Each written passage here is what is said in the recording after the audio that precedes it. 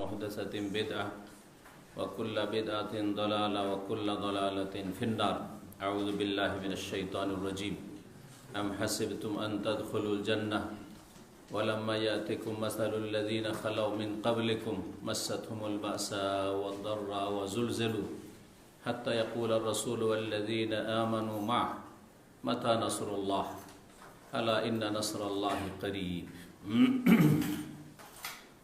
সম্মানিত দিনী ভাতৃমণ্ডলী, আল্লাহ রাব্বুল আলামিনের যাবতীয় প্রশংসা যে আল্লাহ রাব্বুল আলামিন মানুষকে ভালো মন্দ দুটো দিয়েই পরীক্ষা করে থাকেন। মানুষের সর্বস্তরে ভালো অথবা মন্দ এই দুটো লেগেই আছে। এই দুইয়ের মাধ্যমে আল্লাহ রাব্বুল আলামিন মানুষের পরীক্ষা করে থাকেন, কখনো সুখ শান্তি দিয়ে, কখনো দুঃখ কষ্টের মাধ্যমে, কখনো সচ্ছলতা দিয়ে, কখনো আর্থিক অভাব দিয়ে, কখনো রোগ দিয়ে, কখনো সুস্থতা দিয়ে। এইভাবে আল্লাহ রাব্বুল আলামিন পরীক্ষা করেন। অধিকাংশ মানুষ আল্লাহ রাব্বুল আলামিনের বড় হিকমত রয়েছে এই পরীক্ষায়। যখন দুঃখ কষ্ট বালা মুসিবতের পরীক্ষা হয় তখনই সতর্ক সাবধান হয় যারা সতর্ক সাবধান হওয়ার, বাকিরা যারা হওয়ার না তারা কখনো হয় না। আর অধিকাংশ ক্ষেত্রে সচ্ছলতার মাধ্যমে, সুখের মাধ্যমে আল্লাহ যখন পরীক্ষা করেন তখন মানুষ আরও ফিতনায় লিপ্ত হয়ে যায়। কোরআনে কারিমে আল্লাহ রাব্বুল আলামিন এই বিষয়টিকে একাধিক জায়গায় স্পষ্ট করেছেন। কাল্লা ইন্নাল ইনসানা লা ইয়াতগা আর রাআহু ইসতাগনা। মানুষ এমন স্বভাবের যে সীমা লঙ্ঘন করে, বাড়াবাড়ি করে। কখন? আর রাআহু ইসতাগনা, যখন দেখে যে আমি অভাব মুক্ত হয়ে গেছি, যখন দেখে যে আমি আর কারো মুখাপেক্ষী নই, আমি খুব সুখী, তখন পাপে জড়িয়ে যায়। অধিকাংশ মুসলিমদের অবস্থা ঠিক ওই রকমই। মানুষকে আল্লাহ যখন সুখ শান্তি দিয়েছেন তখন মানুষ আল্লাহর দিন থেকে, আল্লাহ রাব্বুল আলামিনের ইবাদত বন্দেগী থেকে অনেক দূরে চলে গেছে। কিন্তু যখন আল্লাহ রাব্বুল আলামিন শাস্তি দিয়ে পরীক্ষা করেন তখন অনেকেই সতর্ক হয় যাদের মধ্যে কিছু কল্যাণ আছে। যাদের মধ্যে কিছু কল্যাণ আছে তারা সতর্ক সাবধান হয়ে ফিরে আসে। আর যাদের মধ্যে কোনো খায়ের নেই, কল্যাণ নেই, যাদের মধ্যে কোনো রকমের আল্লাহ ভালাই দেখেন না, তারা আল্লাহ রাব্বুল আলামিনের এইরকম পরীক্ষায়, দুঃখে, কষ্টেও বেদিন হয়ে থাকে, পাপেই জড়িয়ে থাকে, অথবা গায়রুল্লাহকে ধরে থাকে, যেমন শিরক বিদআতকারীরা। আমাদের আজকে তারিখ হচ্ছে আরবি মাসের 3রা রজব 1441 হিজরি মোতাবেক 27শে ফেব্রুয়ারি 2020। সাপ্তাহিক যে আমাদের প্রোগ্রাম বিষয়ভিত্তিক, তাতে আলোচনার বিষয়বস্তু হচ্ছে আল্লাহর সাহায্য কবে, আল্লাহর সাহায্য কবে আসবে। এটি প্রত্যেক মুসলিম যার মধ্যে কিছুটা ঈমানি চেতনা আছে তার প্রশ্ন। জি, এই প্রশ্ন যুগে যুগে হয়েছে, এটা কোনো নতুন প্রশ্ন নয়। আর এই প্রশ্নের উত্তর আল্লাহ রাব্বুল আলামিন কোরআনে কারিমে দিয়েছেন, রাসূলুল্লাহ সাল্লাল্লাহু আলাইহি ওয়াসাল্লাম তার সাহাবায়ে কেরামদেরকে সিরাতে দিয়েছেন। নবীর জীবনী পড়লে তাতে এর উত্তর বিদ্যমান রয়েছে। উত্তর রয়েছে রাসূলুল্লাহ সাল্লাল্লাহু আলাইহি ওয়াসাল্লামের বহু হাদিসে। জি, কখন সাহায্য আল্লাহ রাব্বুল আলামিনের পক্ষ থেকে আসবে? মনে রাখতে হবে, সাহায্য আসমান থেকে আসে। ওমান নাসরু ইল্লা মিন ইনদিল্লাহ। কোরআনে কারিমে আল্লাহ রাব্বুল আলামিন একাধিক আয়াতে বিষয়টি বলেছেন যে সাহায্য নেমে আসে একমাত্র আল্লাহর পক্ষ থেকে, কোনো ব্যক্তির পক্ষ থেকে সাহায্য আসে না, কোনো নবী রসুলের পক্ষ থেকে সাহায্য আসে না। যখন নবী রসুলের ক্ষমতায় নেই সাহায্য করার, তাহলে আপনাদের গৌস, কুতুব, ওলি, আবদাল আর জিলানি, চিস্তি এরা কিবা করতে পারে? তাদের যে কি অবস্থা আল্লাহ ভালো জানেন। ওমা ইয়াশউরুনা আইয়ানা ইউবাসুন, তারা নিজেরাও জান না যে কখন উঠার হুকুম হয়ে যাবে। আল্লাহ কোরআনে কারীমে বলছে। এবং মা ইয়ামলিকুনা মিন কিতমির, সামান্য খেজুরের আঁটিতে যে একটু আঁশ থাকে অথবা আবরণ থাকে, এইটুকুরও মালিক না তারা, এইটুকুরও মালিকানা তাদের নেই। তারা নিজের শরীর থেকে একটা মাছিও তাড়াতে পারে না, মশা তাড়াতে পারবে না, পোকামাকড়কে সরাতে পারবে না। তাদেরকে কাঁধে করে নিয়ে যাওয়া হয়েছে, তারপরে দাফন করা হয়েছে, নিজে থেকেও তাদের কবরে নামতে পারেনি। আর তারা যদি নামতেই পারতো কবরে, তাহলে কখনো কবরে নামতো না। যদি কারো শরীরে ক্ষমতা থাকে যে আমি উঠা হাঁটা করতে পারবো, চলাফেরা করতে পারবো, তাহলে কেউ কবরে নামতে যেত না। তাহলে যাদের অবস্থা এরকম, তাদের কবর পাকা করে যারা তাদেরকে সেজদা করছে, আল্লাহ রাব্বুল আলামিনের সামনে যা করা ফরজ করা হয়েছে তা তাদেরকে দিচ্ছে, তারা কত অধম। এই জন্য মুশরিক, বহুত্ববাদী সবচেয়ে বেশি অধম, সবচেয়ে বেশি মূর্খ। এই জন্য আবু জাহালকে আবু জাহাল বলা হয়েছে, অজ্ঞতার বাবা। সে মূর্খ ছিল না, পণ্ডিত ছিল দুনিয়ার দিক থেকে, এই জন্য কাফেরদের নেতৃত্ব দিতে পেরেছিল। কিন্তু যেহেতু আল্লাহ রাব্বুল আলামিনকে চিনতে পারেনি, আল্লাহর তৌহিদকে চিনতে পারেনি, আল্লাহর প্রতি ঈমান নিয়ে আসতে পারেনি, ঈমানকে জানতে পারেনি, যার ফলে তাকে অজ্ঞতার বাবা বলা হয়েছে। প্রশ্ন আমাদের যে কখন আল্লাহর সাহায্য নেমে আসবে? জি, সাহায্য আসবে, সাহায্য খুব কাছে। জি হ্যাঁ, বর্তমান যে অবস্থা পৃথিবীতে, শুধু একটি দেশে নয়, পৃথিবীতে আজকে দীর্ঘ সময় ধরে ফিলিস্তিনে মুসলিমদের ওপর যে জুলম অত্যাচার, ইহুদিদের জুলম অত্যাচার দীর্ঘ সময় ধরে বারবার মুসলিমদের ওপর, জি হ্যাঁ, জালেম বুদ্ধিস্টদের দীর্ঘ সময় ধরে জুলম অত্যাচার রাশিয়ায় এবং চায়নাতে মুসলিমদের উপর, এগুলো কোনো নতুন বিষয় নয়। এগুলি দীর্ঘ সময় 60, 70, 80 বছর বা তারও বেশি হয়ে যাচ্ছে অনেক জায়গায় এসব জুলম অত্যাচার চলতেই আছে। জুলম অত্যাচার ভারতে মুসলিমদের উপর, জুলম অত্যাচার সারা পৃথিবীতে পূর্বে পশ্চিমে চলছে এবং চলতে থাকবে। জি হ্যাঁ, এই জুলম অত্যাচারের বিভিন্ন কারণ রয়েছে এবং জুলম অত্যাচারের অবসানের বিভিন্ন মাধ্যম, উপায়ও আল্লাহ রাব্বুল আলামিন বলে দিয়েছেন। সুতরাং এই বিষয়গুলি আমাদেরকে জানতে হবে যে আমাদের ব্যাধিটা কোথায়। যেখানে অসুখ সেখানে ওষুধ দিতে হয়, যেই অসুখ সেই অসুখের ওষুধ দিতে হয়। যদি আপনি ব্যাধি শনাক্ত না করতে পারেন, রোগ যদি চিনতে না পারেন, তো আপনি এলোপাথারি ওষুধ খেলেও কাজ হবে না, আর ওষুধ দিলেও কাজ হবে না। এ হচ্ছে আজকে মুসলিমদের অবস্থা। মুসলিমরা অনেকে মনে করে যে আমাদের পার্থিব ক্ষমতার দুর্বলতা, যার ফলে আমরা মার খাচ্ছি। এটাই মনে করে অধিকাংশ মুসলিমরা। একেবারে বস্তুবাদী চিন্তা চেতনা, বস্তুবাদ, বস্তুর উপর আস্থা ভরসা, বস্তুর ঊর্ধ্বে, গায়েবের প্রতি বিশ্বাস নেই, অদৃশ্যের প্রতি বিশ্বাস নেই, রবের প্রতি বিশ্বাস নেই। সৃষ্টিকর্তা আল্লাহ রাব্বুল আলামিন, তিনি সব কিছুই সৃষ্টি করেন। তিনি যেমন আমাদেরকে সৃষ্টি করেছেন, আমাদের সমস্ত রকমের পরিস্থিতি আল্লাহ রাব্বুল আলামিন সৃষ্টি করে থাকেন, এ কথার প্রতি বিশ্বাস নেই। জি হ্যাঁ, যার ফলে অধিকাংশ মুসলিমরা এটাই চিন্তা করে থাকে। আর কিছু কথিত মুসলিম আছে যাদের ইসলামের সাথে শুধু রক্তের একটা বংশীয় সম্পর্ক থেকে গেছে। জি, লা ইয়াবকা মিনাল ইসলামে ইল্লা ইসমু, ইসলামের নামটাই শুধু বাকি থেকে গেছে তাদের সাথে, আর কিছুই নেই। না আকীদা আছে, না ইবাদত আছে, না আখলাক আছে, না হালাল হারাম আছে, না ইসলামের কোনো কাজ আছে তাদের জীবনে। সুতরাং ওদেরকে ধরে লাভ নেই, আর ওরাই হচ্ছে সংখ্যাগরিষ্ঠ। বড়ই দুঃখের বিষয়। আর কিছু মুসলিমরা রয়েছে যারা দিন সম্পর্কে জ্ঞান রাখেন না, একটু ঈমান আছে, আল্লাহকে ভালোবাসে, রসুলকে ভালোবাসে, আখেরাত সম্পর্কে চিন্তা একটু আছে, কিন্তু দিনের কোনো জ্ঞান নেই, যার ফলে হতভম্ব, বিব্রত, কোন দিকে যাব, কি হবে, এই অবস্থা। জি, কোথা থেকে সাহায্য আসবে, কিভাবে সাহায্য আসবে তারা জানে না। এদেরকে জানানোর প্রয়োজন রয়েছে, এদেরকে শিখানোর প্রয়োজন রয়েছে, এদেরকে খাঁটি মুসলিম বানাবার প্রয়োজন রয়েছে। যদিও তাদের জীবনে ত্রুটি আছে, পাপ আছে, কিন্তু তাদের অন্তরে আল্লাহর ভয় আছে, আখিরাত প্রতি বিশ্বাস আছে, রবের প্রতি বিশ্বাস আছে এবং আল্লাহ রাব্বুল আলামিনের সাহায্যের তারা আশাবাদী, কিন্তু হতভম্ব যে কিভাবে সাহায্য আসতে পারে। এদেরকে আমাদেরকে দিক নির্দেশনা দিতে হবে। আর আমাদেরকে যারা বিশেষভাবে যারা দিনের সাথে মোটামুটি জড়িত, ফরজ ওয়াজিব আদায় করেন, হারাম নাজায়েজ থেকে বেঁচে থাকেন এবং দিন শিখেন, আর শিখার পরে আমল করার চেষ্টা করছেন। এক কথায় বর্তমান যুগে যারা দিনকে ভালোভাবে চর্চা করার চেষ্টা করছেন, জি হ্যাঁ, তারা বিশেষভাবে এই বিষয়গুলি আরো ভালো করে জানবে এবং এই বিষয়গুলি আপনজনদেরকে ভালোভাবে তাদেরকে বুঝাবে, জানাবে, শেখাবে এবং সেইভাবে ব্যক্তিকে, পরিবারকে, সমাজকে গড়ে তোলার চেষ্টা করবে। এর মাধ্যমে আমাদের ওপর আল্লাহ রাব্বুল আলামিন সাহায্য নেমে আসতে পারে। শুরু করি সূরা বাকারা আয়াত নম্বর 214 দিয়ে। এখানেই আল্লাহ রাব্বুল আলামিন তার সাহায্যের কথা বলেছেন এবং যুগে যুগে এই রকমের জুলম অত্যাচার হয়েছে।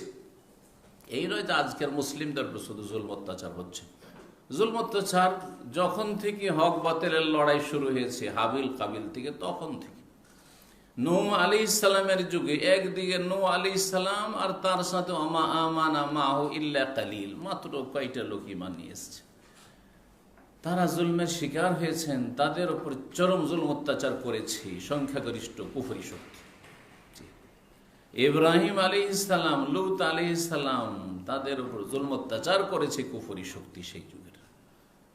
মূসা আলাইহিস সালাম এবং তার সাথী সঙ্গী বংশধর বনী ইসরাইল, তার উম্মত মুমিন, সেই যুগের মুমিনাত, তাদের উপর ফেরাউন এবং ফেরাউনের সেনাবাহিনী, আর মন্ত্রী হামান, কারুন, তাদের জুলম অত্যাচার হয়েছে, সীমাহীন জুলম অত্যাচার হয়েছে। তো জুলমের ইতিহাস অত্যন্ত প্রাচীন, যখন থেকে হক বাতিলের লড়াই, আর হক বাতিলের লড়াই শুরু হয়েছে আদম আলাইহিস সালামের ছেলেদের থেকে, তখন থেকে শুরু হয়েছে। তখন থেকে একজন জালেম আর একজন মজলুম, জি, একজন অত্যাচার করেছে আর একজন নির্যাতিত, অত্যাচারিত হয়েছে, জি, চলতেই থাকবে। কিন্তু আমরা জালেম হব না আর মজলুম হওয়া থেকে যথাসাধ্য বাঁচার চেষ্টা করব। আমরা কার উপর জুলুম করব না, এটা আমাদের ইসলাম শিখিয়েছে। আল্লাহু লা ইউহিব্বুয যালিমিন, আল্লাহ জালেমদেরকে ভালোবাসেন না। লানুহলিকান্না যালিমিন, অবশ্যই অবশ্যই জালেমদেরকে ধ্বংস করব, আল্লাহ কসম করে বলেছে। সুতরাং কখনো কোনো মুসলিম জালেম হবেন না, কার উপর জুলম অত্যাচার করবেন না, যে কেউ হোক না কেন, আপনার মুসলিম ভাই বোন হোক, যারা সবচেয়ে বেশি আপনার সাথে সদ্ব্যবহারের হক রাখে, আপনার সহি আকীদার ভাই বোনেরা হোক, জি, আলেম ওলামাই হোক, জনগণ হোক, সাধারণ মুসলিম হোক, গুনাহগার মুসলিম হোক, ফাসিক মুসলিম হোক, অমুসলিম হোক, কাফের হোক, হিন্দু হোক, ইহুদি খ্রিস্টান হোক, নাস্তিক হোক, আল্লাহু লা ইউহিব্বুয যালিমিন, জালেমকে আল্লাহ পছন্দ করেন না। জালেমকে অবশ্যই অবশ্যই আল্লাহ ধ্বংস করবেন। সুতরাং কখনো জালেমের লিস্টে একজন মুসলিম নাম লিখাবে না। আসুন দেখি আল্লাহর সাহায্য কখন আসবে। আল্লাহ বলছেন আম হাসিবতুম আন তাদখুলুল জান্নাহ, তোমরা কি এই ধারণা করেছো, এটাই ভাবছো যে আন তাদখুলুল জান্নাহ, অত সহজে জান্নাতে চলে যাবে? জান্নাতে যাওয়াটা চারটি বিষয়, চারটি কথা মাত্র, বেশ মুখের কথা, বাস লা ইলাহা ইল্লাল্লাহ পড়ে নিলাম, জান্নাত চলে গেলাম, এইসব কথা এক শ্রেণীর মোল্লারা বলতো। এটা নয়। কালেমা পড়লে জান্নাত, কালেমা পড়লে জান্নাত, মরার সময় কালেমা পড়ে দাও জান্নাত, কোরআন খানি করে দাও, বক্সে দাও জান্নাত, জি, খতম করে দাও জান্নাত। না না না, এইভাবে জান্নাত নেই। আসলে আমি হাসিবতু আন তাদখুলুল জান্নাহ, তোমরা কি ভেবেছো যে জান্নাত এত সহজ, এত সহজে চলে যাবে? কারাকে সম্বোধন করছে আল্লাহ রাব্বুল আলামিন? সর্বপ্রথম সম্বোধনই করছেন নবী মুহাম্মদ রাসূলুল্লাহ সাল্লাল্লাহু আলাইহি ওয়াসাল্লাম এবং তার সাহাবায়ে কেরামদেরকে। আবু বকর, ওমর, ওসমান, আলী, আশরা মুবাশশিরা, বদরের মুজাহিদিন 313, উহুদের মুজাহিদিন 700, আর তারপরে হুদায়বিয়ার সন্ধিতে 1400, মক্কা বিজয়ের সময়, হুনাইনের সময় যে 10,000, তাদেরকে সম্বোধন করছেন, সাহাবায়ে কেরামদেরকে। সুবহানাল্লাহ, যারা পৃথিবীর বুকে নবী রাসূলগণের পরে সবচেয়ে শ্রেষ্ঠ মানুষ, সবচেয়ে ভালো মানুষ, তাদেরকে আল্লাহ বলছেন যে তোমরা মনে করছো শুধু এই বদর ওহদ করে জান্নাতে চলে যাব, আর এত সহজে জান্নাত চলে যাব, বা তার আগে শুধু মিষ্টি মিষ্টি ফরজ সুন্নাত দিয়ে জান্নাতে চলে যাবো, নামাজ পড়ে আর যাকাত দিয়ে আর রোজা রেখে আর হজ করে জান্নাতে চলে যাব? আম হাসিবতুম আন তাদখুলুল জান্নাহ, তোমরা কি ধারণা করেছো যে সহজে জান্নাতে চলে যাবে? শোনো, কিছু কষ্ট করতে হবে। ফুল তুললে কাঁটার ভিতরে হাত ঢুকিতে হয়, কাঁটার ভিতরে মূল্যবান যত ভালো ফুল, যত আকর্ষণীয় ফুল, তার জন্য কি করতে হয়? সুগন্ধিময় ফুল, সেই জন্য কাঁটার মধ্যে আপনাকে হাত ঢুকাতে হবে। জি, বাচ্চা যদি নিতে হয় মায়ের রাখি, আজকাল বাচ্চা নিতে চায় না ওই জন্য। আর অনেক মহিলা আছে, মূর্খ মহিলা, নিজে থেকে বলে যে আমার সিজার করে দাও, বরদাস্ত করতে পারবো না, তাড়াতাড়ি সিজার। ও বাপ মাও স্বামীও মনে করে এত কষ্ট বরদাস্ত করা যায়, দেন সিজার করে। সুযোগও পেয়ে গেছে কসাইরা, সুযোগ পেয়ে গেছে কসাইরা, আমাদের টাকার দরকার, 10,000 জায়গায় 50,000। জি হ্যাঁ, বাচ্চা নিলে প্রসব বেদনার কষ্ট বরদাস্ত করতে হবে। জি হ্যাঁ। আম হাসিবতুম আন তাদখুলুল জান্নাহ, তোমরা কি ধারণা করেছো অত সহজে মিষ্টি মিষ্টি সুন্নত পালন করে হালুয়া রুটি খেয়ে জান্নাতে চলে যাব? দাঁত ভাঙতে হবে। বিদাতিরা কি করে, বলে যে নবী সাল্লাল্লাহু আলাইহি সাল্লামের ওহদের যুদ্ধ হয়েছিল, তখন দাঁত ভেঙেছিল। দাঁত ভাঙা তার সত্য, কিন্তু ওহদের যুদ্ধে রাসূলুল্লাহ দাঁত ভেঙেছিল সেটা শাবান মাসে ছিল, সেটা মিথ্যা কথা, সেটা শাওয়াল মাসে ছিল।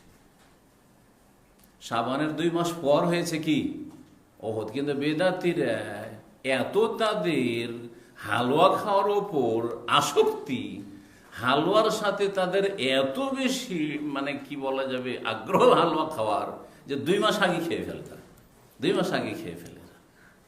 বোঝা গেছে মিষ্টি সুন্নাত। নবী সাল্লাল্লাহু আলাইহি ওয়াসাল্লাম দাঁত ভেঙেছিল, তখন কিছুই খেতে পারতেন না, তখন তাকে হালুয়া করে খাওয়ানো হয়েছিল। ওই জন্য আমরা শবে বরাতে হালুয়া খাই আর হালুয়া খাওয়াই। বুঝতে পারছেন না? এ বেদাত করে জান্নাতে চলে যাবে, এই শিরকি ধর্মকর্ম করে জান্নাতে চলে যাবে, এ পীর মরিদের ব্যবসা করে সুফিবাদ দিয়ে এতগুলি মাজার ভারত, বাংলাদেশ, পাকিস্তানে রেখে জান্নাতে চলে যাবে, আর কাফেরদের ওপর তোমরা জিতে যাবে। অসম্ভব কথা। আম হাসিবতুম আন তাদখুলুল জান্নাহ ওয়ালাম্মা ইয়াতিকুম মাসালুল লাযিনা খালাউ মিন ক্বাবলিকুম, এখনো তোমাদের উপর ওই রকম বিপদ আপদ আর কষ্ট, দুঃখ, বালা মুসিবত আসেনি যা তোমাদের পূর্বের মুমিন মুমিনাত জাতিদের উপর এসেছিল। ওয়ালাম্মা ইয়াতিকুম মাসালুল লাযিনা খালাউ মিন ক্বাবলিকুম, কি এসেছিল একটু আল্লাহ তুলে ধরেছেন। মাসাতহুমুল বাসা ওয়াদ দাররা, তারা আক্রান্ত হয়েছিল বা তাদেরকে স্পর্শ করেছিল, তাদের উপর নেমে এসেছিল আল বাসা, আর্থিক সংকট, দুর্ভিক্ষ। জি, ঘরে খেতে ছিল না, জি ক্ষুধার্ত, খাবারের অভাবে মানুষ মরে যেত, এইরকম অভাব হয়েছে, দুর্ভিক্ষ হয়েছে। মাসাতহুমুল বাসা ওয়াদ দাররা, এবং তারা চরমভাবে তারা ক্ষতিগ্রস্ত হয়েছে। সে কাফেরদের জুলম অত্যাচারে ক্ষতিগ্রস্ত হয়েছে, অথবা শারীরিক রোগে আক্রান্ত হয়ে ক্ষতিগ্রস্ত হয়েছে। দাররা, কোন কোন মুফাসসিরগণ বলছেন যে স্বাস্থ্যগত যেসব বিপদ আপদ, আর বাসা হচ্ছে আর্থিক বিপদ আপদ, আর্থিক সংকট। কিন্তু এতে কাফেরদের পক্ষ থেকে জুলম অত্যাচার, আপোষের কলহ বিবাদ, আর মুসলিম মারামারি, মুসলিমকে খুন করছে মুসলিম দেশগুলিতে। কাফের দেশে যদি কাফের জালেম মুসলিমকে খুন করে, তো মুসলিম দেশে নিজের মুসলিম ভাইয়ের মর্যাদা রাখে না, খুন করছে, রাত দিন হইতে আছে। মাসাতহুমুল বাসা ওয়াদ দাররা ওয়া যুলজিলু, জি ওয়া যুলজিলু, তারা প্রকম্পিত হবে, যার তাদের শরীর শিউরে উঠবে ভয়ে, তারা আতঙ্কিত হবে, ওয়াজুলজিলু, আতঙ্কে থাকবে। জি, আজকে আতঙ্ক কুফরি শক্তির জুলম অত্যাচারের আতঙ্ক, কোন কোন দেশে, কোন কোন জায়গায়। আবার সারা বিশ্বে আল্লাহ রাব্বুল আলামিন আসমানি আযাব, গজবের আতঙ্ক, করোনার আতঙ্ক, মানুষের কলবে কলবে এই আতঙ্ক এমন ভাবে চেপে বসেছে যে মানুষের ঘুম হারাম হয়ে গেছে। কি করে বাঁচব? আপন স্বামীকে ছেড়ে পালিয়ে চলে যাচ্ছে, আপন ছেলে মেয়েকে আলাদা করে দিচ্ছে, আপন বাপ মাকে দূরে সরিয়ে দিচ্ছে। দুনিয়াতে এই অবস্থা হয়েছে, কিয়ামতের দৃশ্য শুরু হয়ে গেছে। ইয়াউমা ইয়াফিরুল মারউ মিন আখি ওয়া উম্মিহি ওয়া আবি ওয়া সাহিবাতি ওয়া বানি, পালাবে, বাপ মাকে দেখে পালাবে, ছেলে মেয়েকে দেখলে পালাবে, স্ত্রী স্বামী থেকে পালাবে, স্বামী স্ত্রীকে দেখে পালাবে, ভাই বোন থেকে পালাবে। লিকুল্লি ইমরিইন মিনহুম ইয়াওমাইযিন শাআনুন ইউগনি, এটা তো হাসরের মাঠের কথা আল্লাহ বলেছেন। দুনিয়াতে এমন আযাব আল্লাহ পাঠিয়েছেন, আর এখন যে এটা কতদূর যাবে আল্লাহ রাব্বুল আলামিন আযাব আল্লাহ ভালো জানেন। প্রতিদিন শুনতে আছেন এই দেশে ঢুকে পড়েছে, তো ওই দেশে ঢুকে পড়েছে, তো ওই দেশে ঢুকে পড়েছে। আজকে এক ভাই কুয়েত থেকে বলছে, সে কুয়েতে 40-50 জন আক্রান্ত হয়ে গেছে। বাহরাইন তো শুনেছেন।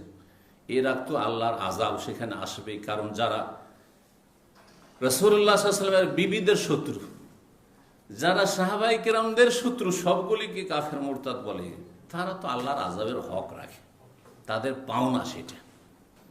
আল্লাহর আযাব এরকম কাফের জালেম যারা মুশরিক আর ইসলামের শত্রু, যারা ইহুদিদের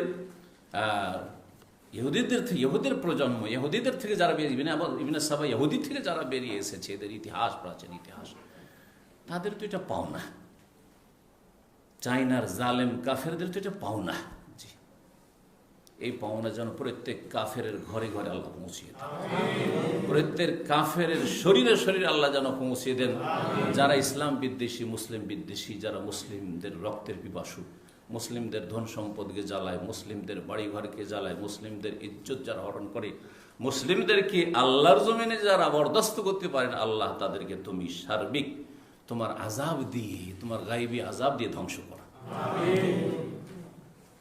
আল্লাহ রাব্বুল বলছেন যে তোমাদের হে মুসলিমরা শোনো, এরকম আসবে, কষ্ট দুঃখ আসবে, কখনো আর্থিক সংকট, আর্থিক আযাব, কখনো শারীরিক আযাব, অসুখ বিসুখ, বালা মুসিবত আসবে, কখনো কুফরি শক্তির জুলমের শিকার হবে তোমরা, ওয়াজুলজিলু, আর আতঙ্কিত হবে তোমরা, হাত্তা ইয়াকুল আর রাসূল ওয়াল্লাযীনা আমানু মাআহু মাতা নাসরুল্লাহ। আরে বন্ধ হচ্ছেন, বাইরে চলে যান, আল্লাহ হিদায়াত করে। বাইরে যেতে পারছেন না, হাদাহুল্লাহ, আরে বাইরে যেতে বলে।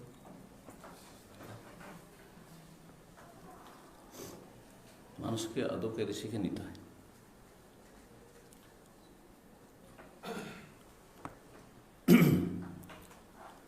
এইরকম যখন অবস্থা তৈরি হয়ে যায়, তখন হাত্তা ইয়াকুল আর রাসূল, এমনকি রসুল, যুগে যুগে যে নবী রসুলগণ এসেছেন, ওয়াল্লাযীনা আমানু মাআহু, আর যারা ঈমান নিয়ে এসেছেন তাদের সাথে, মুমিন, আমাদের মতো মুমিন মুসলিম নয়, তারা রসুলের সাথী, নবীর সাথী সঙ্গীগণ। হাত্তা ইয়াকুল আর রাসূলুল্লাযীনা আমানু মাআহু মাতা নাসরুল্লাহ, হাই কখন আল্লাহর সাহায্য আসবে। আল্লাহর সাহায্যের অপেক্ষা করতে করতে করতে করতে আর বরদাস্ত হচ্ছে না, নবী রসুলের বরদাস্ত হচ্ছে না, কারণ সাথী সঙ্গীগণ পেরেশান হয়ে গেছেন। মুমিনদের বরদাস্ত হচ্ছে না, যারা নবীর সাথী সঙ্গী, যারা প্রত্যেক যুগের সবচেয়ে ভালো মানুষ, কারণ আম্বিয়া রসুলগণের পরে সবচেয়ে শ্রেষ্ঠ হচ্ছেন নবী রসুলগণের সাথী সঙ্গীগণ। আর নবী রসুলগণের সাথী সঙ্গীদের মধ্যে সবচেয়ে শ্রেষ্ঠ হচ্ছেন শেষ নবী মুহাম্মদ রাসূলুল্লাহ। শ্রেষ্ঠ রসুলের শ্রেষ্ঠ সাথী সঙ্গীগণ সাহাবায়ে কেরাম রাদিয়াল্লাহু তাআলা।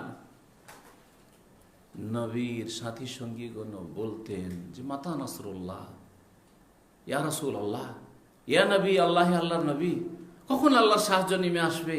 আর কত বরদাস্ত করবো, আর বরদাস্ত হচ্ছে না।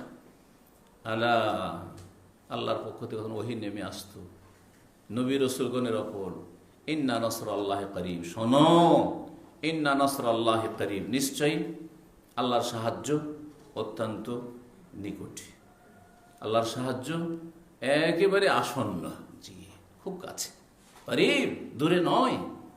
কিন্তু এই কাছে যে আপনার সাহায্য রয়েছে আল্লাহর পক্ষ থেকে বিজয় রয়েছে, এটাকে কাছে থেকে টেনে নেওয়ার জন্য আল্লাহ তদবির করতে বলেছেন।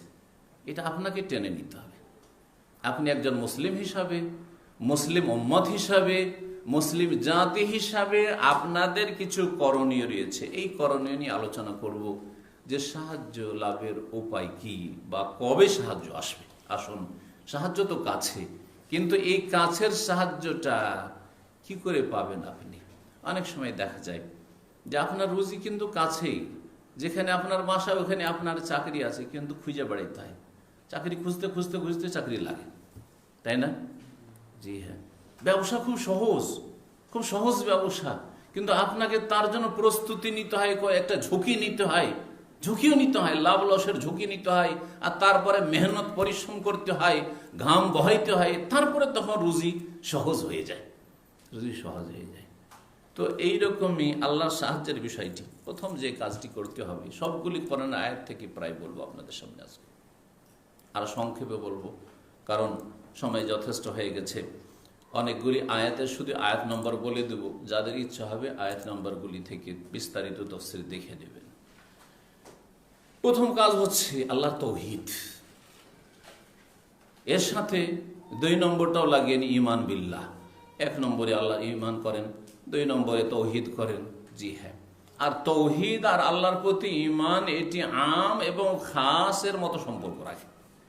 ঈমান হচ্ছে ব্যাপক অর্থপূর্ণ, আর তৌহিদ হচ্ছে ঈমানের একটি খাস বিশেষ বিষয়।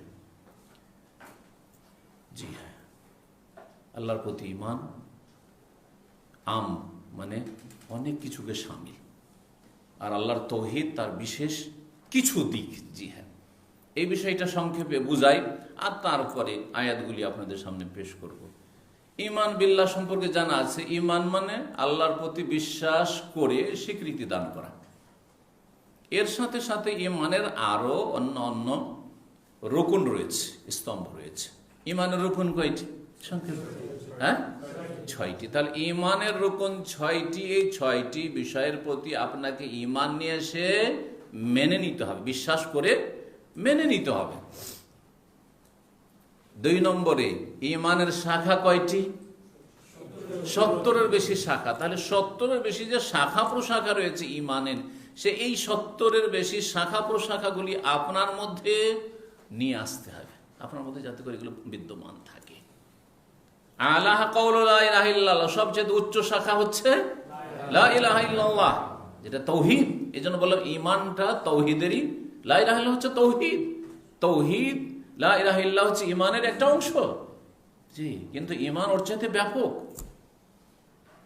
আদনাহ সবচেয়ে নিম্ন, কষ্টদায়ক কোনো বস্তুকে রাস্তাঘাট থেকে সরিয়ে দেওয়া, যাতে কোনো মানুষের কষ্ট না হয়, কোনো পশু পাখির কষ্ট না হয়, কারো কষ্ট না হয়। তাহলে মানুষের যাতে কষ্ট না হয় সেজন্য রাস্তা থেকে কোনো কষ্টদায়ক বস্তুকে সরিয়ে দেওয়া। জি হ্যাঁ, এটাও একটা ঈমানের অংশ। তাহলে আপনার দ্বারা যেন কেউ কষ্ট না পায়, আপনার দ্বারা যেন কেউ কষ্ট না পায়, এটা ইসলাম শিখাচ্ছে। এটা হচ্ছে ঈমানের একটা অংশ। আর মাঝখানে লজ্জাটাও ঈমান। আল হায়াউ শুবাতুম মিনাল ঈমান, রাসূলুল্লাহ সাল্লাল্লাহু আলাইহি ওয়াসাল্লাম বলছেন লজ্জা করাও ঈমান। সুতরাং লজ্জা থাকলে আপনি আগে আল্লাহকে বলে লজ্জা করবেন। সুতরাং ব্লু ফিল্ম দেখতে পারেন না, আপনি আপনার স্ত্রীর সামনে পারছেন না, বা আপনার স্ত্রীর সামনে অনেকে নির্লজ্জ আছে, দুইজনই একই রকম। তো আপনি আপনার বাপের সামনে পারবেন না, মায়ের সামনে পারবেন না, স্ত্রীর সামনে আপনি প্রেম করতে পারবেন না, জুতা খাবেন আপনি। হ্যাঁ, স্ত্রীকে বলে ভয় লাগে বা লজ্জা লাগে, শ্বশুরকে বলে লজ্জা লাগে, শাশুড়িকে বলে লজ্জা লাগে, রবকে বলে লজ্জা লাগে না। কোথায় আপনার ঈমান আছে? আল হায়াউ শুবাতুম মিনাল ঈমান, লজ্জা ঈমানের একটি অংশ। আজকে সোশ্যাল মিডিয়ার যুগে অধিকাংশ লোক পাপে ডুবে আছে। কোথায় আপনার ঈমানের অবস্থা? আগে আল্লাহকে বলে লজ্জা করতে হবে। জি, মালায়েকা ফেরেশতা আছেন, আপনার ঈমান আছে মালায়েকা ফেরেশতা বলে লজ্জা করতে হবে। জিনেরা আছে, মানুষ আছে, লজ্জা করতে হবে। জি হ্যাঁ, আপনি একজন মুসলিম, সুতরাং আপনার চরিত্র কাফেরদের মতো হবে না, আপনার চোখ কাফেরদের মতো স্বাধীন চোখ হবে না, আপনার কান কাফের মতো স্বাধীন হবে না, আপনার জবান কাফের মতো স্বাধীন হবে। যা ইচ্ছা বললাম, যা ইচ্ছা লিখলাম, যা ইচ্ছা স্ট্যাটাস দিলাম। ঈমানের কথা বলছিলাম। তাহলে কতটি হয়ে গেল? 6টি, আর 70-এর বেশি। আর বেশি লম্বা না করে এগুলি হচ্ছে ঈমান। তো ঈমান ঠিক করতে হবে, ঈমান ঠিক করতে হবে। যে ঈমান সংক্ষেপে শিরক মুক্ত হবে, কুফরি মুক্ত হবে, মুনাফিকি মুক্ত হবে। আজকাল মুসলিম সমাজে মুনাফিকের অভাব নেই, মুসলিম সমাজে কাফের নাস্তিকের অভাব নেই, মুসলিম সমাজে মুশরিক মাজার পূজারীর অভাব নেই, পীর পূজারীর অভাব নেই।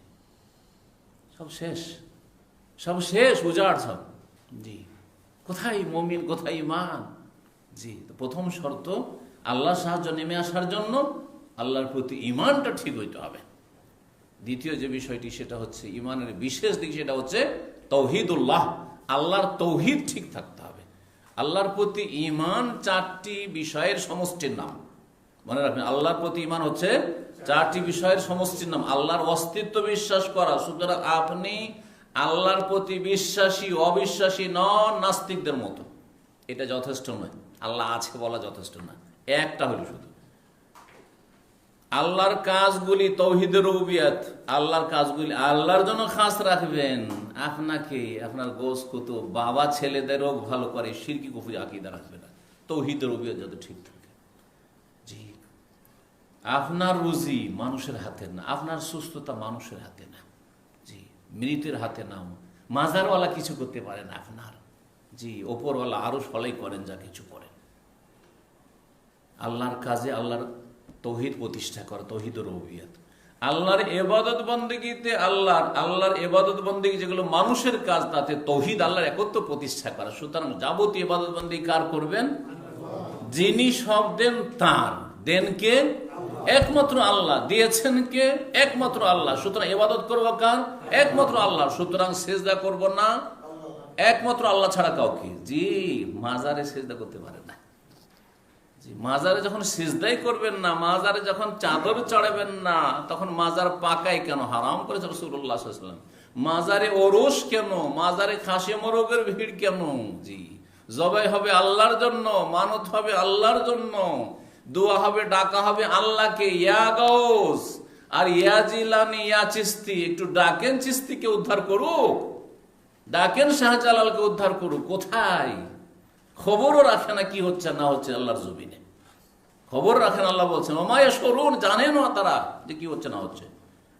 আপনি তাদেরকে মনে করছেন তারা দিতে পারে, শোনে না, শোনে না, আল্লাহ বলছেন। আল্লাহু আকবার।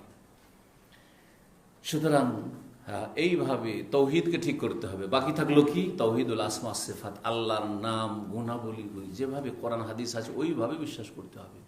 আল্লাহর হাত আছে বিশ্বাস করতে হবে। ভারত উপমহাদেশের মৌলভী সাহেব মাদ্রাসা পড়ার আল্লাহর হাতই বিশ্বাস করেন। আল্লাহর হাত আবার কি? আল্লাহ নিরাকার, হ্যাঁ, কুদরতি হাত। আল্লাহর চেহারা না সত্তা, আল্লাহর চোখ না, চোখ নাই রক্ষণাবেক্ষণ, চোখ নাই তো অন্ধ, হাত নাই তো টুন্ডা, হ্যাঁ, আউযুবিল্লাহ, আউযুবিল্লাহ। সব আছে আল্লাহ রাব্বুল আলামিন, যা আল্লাহ বলেছেন তা আছে। তাবারাকাল্লাযী বিয়াদিহিল মুলকু ওয়া ইয়াবকা ওয়াজহু রাব্বিকা বাল ইয়াদাহু, দুই হাতের কথাও বলেছেন মবসুতাতানে, বলে তুসনা আলা আইনি, আমার চোখের সামনে তুমি লালিত পালিত হবে মুসা। সব কথা কোরআন কারীমে আছে। আর মাদ্রাসা পড়ে বিশ্বাস করে না তো তাদের জনগণ কি বিশ্বাস করবে? তাদের জনগণ আর কি ঈমান নিয়ে আসবে? তো ঈমানই তো ঠিক নেই, তাওহীদ তো ঠিক নেই। জি, এই হচ্ছে অবস্থা। দুটো কথা বললাম, কি ঠিক করতে হবে? ঈমান এবং তাওহীদ, আল্লাহ সাহায্য নেওয়ার জন্য।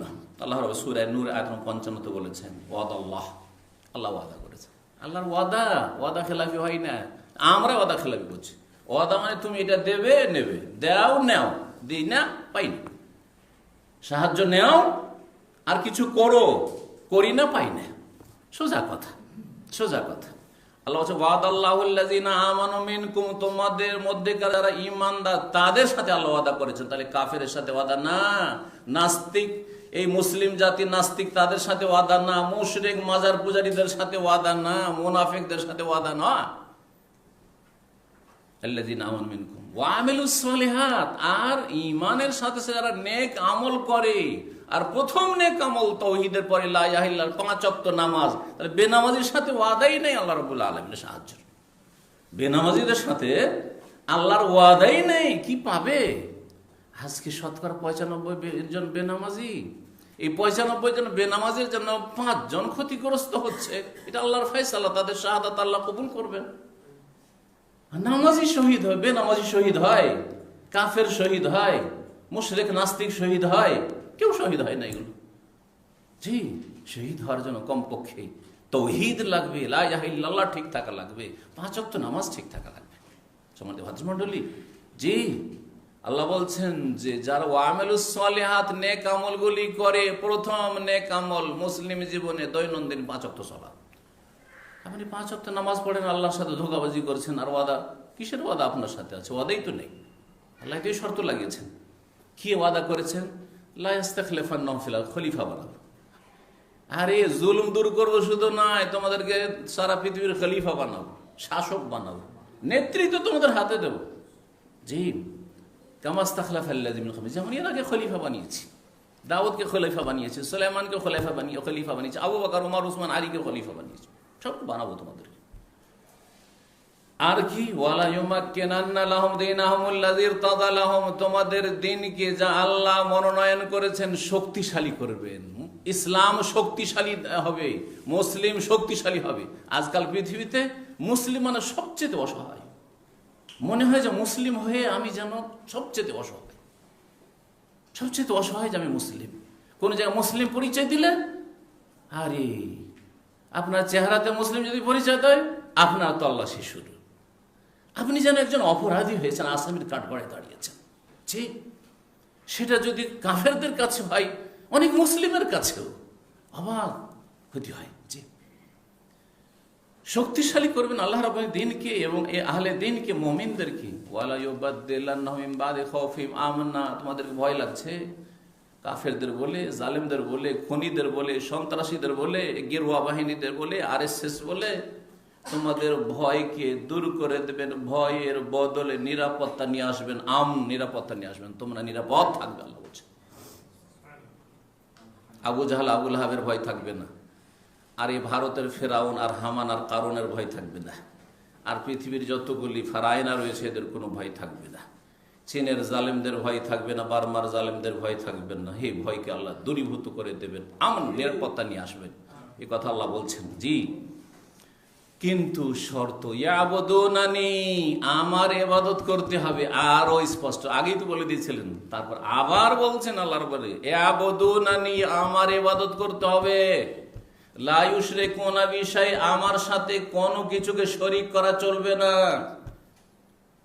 তাহলে প্রথম কাজ, মুসলিমদের যতগুলি মাজার পাকা হয়ে সেজদা হচ্ছে সেগুলিকে নিশ্চিহ্ন করতে হবে, তাওহীদ প্রতিষ্ঠা করতে হবে। এবং পজিটিভ, এটা তো নেগেটিভ হলো যে শিরক নেই এখন। ইয়াবুদুন, ইবাদত করতে 5 ওয়াক্ত মসজিদে গিয়ে একবার ফুল করতে হবে। যেমন জুমা মসজিদের যেই লোকগুলি, ওগুলো তো সব মুসলিম, তাই না? মুসলিম আসে জুমার দিনে না? জিন আসে, ফেরেশতা আসে, কোত্থেকে আসে? ওই এলাকারই তো সব মুসল্লি। তাই ওই লোকগুলিকে ফজরে হাজির হইতে হবে। ইয়াবুদুনানি, আমার ইবাদত করতে হবে। আল্লাহ বলছেন লা ইউশরিকুনা বি শাই, চলবে না, মাজার পূজা বন্ধ করো। হ্যাঁ, আর শিরকি আকীদা অন্তর থেকে মুছে ফেলো, তওবা করো, তাওহীদবাদী হয়ে যাও, আর ইবাদত আমার করো। প্রথম ইবাদত মসজিদ ভর্তি করে দাও। তাহলে রাস্তাঘাটে ধর্ণা দেওয়া লাগবে না, বিক্ষোভ করা লাগবে না, প্রোটেস্ট করা লাগবে না। ও আল্লাহ রাব্বুল আলামিন আসমানি সেনাবাহিনী পাঠাবেন। ইয়াবুদুনানি লা ইউশরিকুনা বি শাই ওয়া মান কাফারা বাদা যালিকা, এসব শিখিয়ে দেওয়ার পরে কেউ যদি কুফরি করে, অমান্য করে, এগুলো যদি এই আসমানি গাইডগুলো না মেনে চলে, ফাউলাইকা হুমুল ফাসিকুন, তারাই হচ্ছে পাপিষ্ট, ফাসিক। তাহলে বোঝা গেল যে এই যে শর্তগুলি আল্লাহ লাগিয়েছেন, এগুলো আমাদের মধ্যে নেই, অধিকাংশ লোকের মধ্যে, অধিকাংশ মুসলিমদের ভিতরে। সুতরাং আল্লাহ বলছেন ফাসিকুন। আর ফাসিকের জন্য কি করে সাহায্য নেমে আসবে? আল্লাহ যেন আমাদেরকে বুঝার তৌফিক দান করেন। ঈমান সম্পর্কে আল্লাহ বলেন ওয়ালা তাহিনু ওয়ালা তাহজানু ওয়া আনতুমুল আ'লাউনা ইন কুনতুম মুমিনিন, সূরা আলে ইমরান আয়াত নম্বর 139। আল্লাহ বলছেন যে তোমরা দুর্বল হও না, ওয়ালা তাহিনু, মনে করিও না যে অসহায়। আরে তোমার সাথে সারা পৃথিবীর কেউ না থাক, রব আছেন। যেমন রাসূলুল্লাহ সাল্লাল্লাহু আলাইহি ওয়াসাল্লাম বলেছেন লা তাহজান, চিন্তা করিও, ইন্নাল্লাহ মান, আল্লাহ আমাদের সাথে আছেন। জি, ওয়ালা তাহিনু, কমজোর হইও না, হিম্মত হারিও না। ওয়ালা তাহজানু, চিন্তা করিও না। এত কেন চিন্তিত, টেনশন কেন? ওয়ান্তুমুল আ'লাউনা, তোমরা উপরে, আলা মানে সর্বোচ্চে, যে সবচেয়ে উপরে থাকে ওকে আলা, ওয়াসাব্বিহ ইসমা রাব্বিকাল আলা। আলার বহু বচন হচ্ছে আলা, তোমরাই সবচেয়ে উপরে থাকবে। ইন কুনতুম মুমিনিন, শর্ত হচ্ছে যদি তোমরা ঈমানদার হয়ে যাও। ঈমানের কথা বললাম, 7 আর 6 আর 70-এর বেশি। মনে রাখবেন যে এই বৈশিষ্ট্যগুলি ঈমানের যদি আমরা তৈরি করতে পারি, তাওহীদ প্রতিষ্ঠা করতে পারি, তো অবশ্যই আল্লাহ উপরে রাখবেন, নিচে রাখবেন না। কাফের, আল্লাহর শত্রু, দুশমনরা নিচে থাকবে। জি, এটাই হচ্ছে আল্লাহর শিক্ষা। 3 নম্বর যে বিষয়টি, সেটা হচ্ছে আল্লাহর পরে রাসূলুল্লাহর হক সাল্লাল্লাহু আলাইহি ওয়াসাল্লাম। সুতরাং রাসূলুল্লাহ সাল্লাল্লাহু আলাইহি সাল্লামের খাঁটি অনুসারী হইতে হবে। রাসূলুল্লাহ সাল্লাল্লাহু আলাইহি সাল্লামের নাফরমানি করলে চলবে না। নবী একদিকে ডেকেছেন আর আপনারা যাচ্ছেন আর একদিকে। নবী সাল্লাল্লাহু আলাইহি সাল্লাম বললেন যে দুটো ঈদ, ঈদুল ফিতর, ঈদুল আজহা, আপনাদের তো দুটো ঈদ নেই, সবচেয়ে বড় ঈদ হচ্ছে ঈদে মিলাদুন নবী, যাচ্ছেন কোন দিকে? নবী সাল্লাল্লাহু আলাইহি সাল্লাম বললেন যে উঁচা কবর যদি থাকে তো একেবারে গুড়িয়ে দিয়ে সমতল করে দাও, আর পাকা কবরের পূজা করছেন। জি, নবী সাল্লাল্লাহু আলাইহি সাল্লাম সালাত শুরু করলেন তাকবীরে তাহরিমা দিয়ে, আর সালাম ফিরে শেষ করলেন। আপনারা বলছেন না নাওয়াইতু পড়তে হবে, জায়নামাজে দোয়া পড়তে হবে, ইক্তাদাতু বিহাজার, 3 বেদা, 3 বার নাফরমানি করব রাসূলের, তারপর নামাজ পড়ব, আর শেষখানে আবার নাফরমানি করব। নবী সাল্লাল্লাহু আলাইহি ওয়াসাল্লাম সালাম ফিরে নামাজ শেষ করছেন, জিকির আজকার যার সুবিধা হয় করো, না হলে কাজ থাকলে যাও। হ্যাঁ, নেকি কমলো কিন্তু তোমার নামাজ কমপ্লিট হয়ে গেছে। বলছেন না, আমাদের নামাজ এখনো হয়নি, মোনাজাত ধরতে হবে, মোনাজাত করে যান, না হলে উঠতে পারবেন না এখান থেকে। আর নাম আহলে হাদিস। জি হ্যাঁ, কি করে সাহায্য নেমে আসবে? এরা আহলে হাদিস, মোটে আহলে হাদিস না, বেদাতি। এখন পর্যন্ত এটা সাহস হলো না যে এই মোনাজাতের বেদাতকে বেদাত বলবে, বলতে পারলো না। কেন অপদস্থ হবে না? কেন অপদস্থ হবে না? কেন এই মোনাজাতকে আগে বেদাত বলা উচিত ছিল না? এখন পর্যন্ত বেদাত বলছি না, করেই দিতাম, আপনারা না চাইলো, জবরদস্তি না করলো, কেন করে দেবেন? কেন করে দেবেন এই বিদাত? জি, কেন বিদাত উঠান না? আপনাদের শিক্ষা নেওয়া উচিত ছিল হারমাইন শরীফেন থেকে, মক্কা মদিনা থেকে। আর এমন কি শিক্ষা নেওয়া উচিত ছিল হাটহাজারী, দেওবন্দি, আকীদার সমস্যা তাদের, তারপরও তারাও বুঝতে পেরেছে যে এই মোনাজাত, আজকে তো 40 বছর আগে হাটহাজারী মাদ্রাসা মোনাজাত উঠিয়ে দিয়েছে। দেওবন্দি, হানাফি যদি মোনাজাত উঠিয়ে দিতে পারি, তো আপনি কথিত আহলে হাদিস কেন এরকম, কেন খাঁটি আহলে হাদিস হইতে পারছেন না? আপনি মোনাজাত উঠিয়ে পারছেন না, আর বেদাত বলতে পারছেন না। জি, সুতরাং রাসূলুল্লাহ সাল্লাল্লাহু আলাইহি ওয়াসাল্লাম নাফরমানি করলে আল্লাহর সাহায্য নেমে আসবে না। ফালিয়াহযারিল্লাযীনা ইউখালিফুনা আন আমরিহি, আল্লাহ বলছেন যে সাবধান ওই সব লোকেরা যারা রাসূলুল্লাহ সাল্লাল্লাহু আলাইহি ওয়াসাল্লামের আদর্শের বিরোধিতা করে। আন তুসিবাহুম ফিতনাতুন, তাদের উপর বালা মুসিবত আসবে। ফিতনা মানে দুনিয়ার আযাব আসবে। সে ঈমান থেকে সরে যাওয়া, হ্যাঁ, বেদাতি হয়ে যাওয়া, শিরকি আকীদার লোক হয়ে যাওয়া, অথবা আল্লাহর কোনো আযাব আসে, সেটা হইতে পারে, দুটি তফসীর হইতে পারে। আও ইউসিবাহুম আযাবুন আলীম, অথবা মর্মান্তিক আযাব আসবে, মর্মান্তিক আযাব আসবে। সূরা নূর আয়াত নম্বর 63, সূরা নিসার আয়াত নম্বর 115 তো এই বিষয়টি বলেছে। ওমাই ইউশাকিকির রাসূল মিন বাদি মা তাবায়্যানা লাহুল হুদা ওয়া ইয়াত্তাবি গায়রা সাবিলিল মুমিনিন ওয়াল্লিহি মা তাওয়াল নুসলিহি জাহান্নাম ওয়া সাআত মাসীরা। যেই ব্যক্তি রাসূল সাল্লাল্লাহু আলাইহি ওয়াসাল্লামের নাফরমানি করবে, হেদায়েত স্পষ্ট হওয়ার পরে মুমিনদের রাস্তা, সাহাবায়ে কেরামদের রাস্তা বাদ দিয়ে অন্য কোনো রাস্তার অনুসরণ করবে, আজকে যেই লোকেরা সাহাবায়ে কেরামদের আদর্শ বাদ দিয়ে অন্য রাস্তা অবলম্বন করেছে, শিয়া রাফেজিরা, তাদের ভক্ত হয়ে আছেন, কি করে সাহায্য নেমে আসবে? তাদের সমর্থন করছেন, কি করে সাহায্য নেমে আসবে? জি, তাদের সাথে ঐক্যের হাত বাড়াচ্ছেন, তাদের সাথে ঐক্য হবে। সাহাবায়ে কেরামদের দুশমনদের সাথে ঐক্য হবে, হাত বাড়াচ্ছেন, হ্যাঁ, তাদের সাথে এত প্রীতি কেন? মুমিনদের রাস্তা বাদ দিয়ে অন্য কোনো রাস্তায় গেলে নুয়াল্লিহি মা তাওয়াল্লা, যেদিকে যাবো ওইদিকে আল্লাহ ফিরে, নুসলিহি জাহান্নাম, জাহান্নামে ঢোকা বলা হচ্ছে, ওয়া সাআত মাসীরা, বড় জঘন্য স্থানে আল্লাহ ঢোকা। 4 নম্বরে যে কাজটি করতে হবে, সে 5 ওয়াক্ত সালাত আদায় করতে হবে। নামাজ ছাড়া সাহায্য নেমে আসবে না, সালাত ছাড়া আল্লাহর সাহায্য কোনোদিন নেমে আসবে না। সাহায্য কাছেই, কিন্তু মসজিদে আসা লাগবে, মসজিদে আসা লাগবে। রাস্তায় বসে থাকলে হবে না, জি হবে না, কোনো তদবিরে হবে না, কোনো নেতা মাথা দিয়ে হবে না, যতক্ষণ পর্যন্ত রবকে রাজি না করে, রবের সাথে সম্পর্ক মজবুত না। সূরা হজের আয়াত নম্বর 40-41 আল্লাহ বলেছেন যে আল্লাহ অবশ্যই সাহায্য, ওয়ালা ইয়ানসুরান্নাল্লাহু মান ইয়ানসুর ইন্নাল্লাহা লাকাউইয়ুন আযীজ আল্লাযীনা মাক্কান্নাহুম ফিল আরদি আকামুস সালাতা ওয়া আতাউয যাকাতা ওয়া আমারু বিল মা'রুফ ওয়া নাহাউ আনিল মুনকার ওয়ালিল্লাহি আকিবাতুল। আল্লাহ বলছেন যে অবশ্যই আমি সাহায্য করব, যদি সাহায্য করো। আগে সাহায্য করতে হবে, আল্লাহর দ্বীনে সাহায্য করতে হবে। জি, তারপরে বলছেন আল্লাযীনা মাক্কান্নাহুম ফিল আরদি, যদি আমি শক্তিশালী করি তোমাদেরকে, আকামুস সালাত, সালাত কায়েম, প্রথম কাজ হচ্ছে সালাত কায়েম করবে। মুসলিম তোমাদেরকে আল্লাহ শক্তিশালী করেছেন, আকামুস সালাত, সালাত কায়েম করতে হবে, ওয়া আতাউয যাকাত, যাকাত দিতে হবে, ভালো কাজের উপদেশ দিতে হবে, অন্যায় কাজে বাধা দিতে হবে, তাহলে আল্লাহর সাহায্য নেমে আসবে। 5 নম্বর যাকাত দিতে হবে, যে কথাটি সূরা হজের আয়াত নম্বর 41 আলোচনায় আসলো। 6 নম্বর এইটাই সূরা হজের বিষয়, সেটা হচ্ছে ভালো কাজের উপদেশ দিতে হবে, অন্যায় কাজে বাধা দিতে হবে, যেটা অত্যন্ত জরুরি কাজ। যেখানে আপনি অন্যায় দেখবেন, যদি আপনার ক্ষমতা থাকে বল প্রয়োগ করার, শাসকদের বল প্রয়োগ করার ক্ষমতা আছে, সুতরাং বল প্রয়োগ করবে।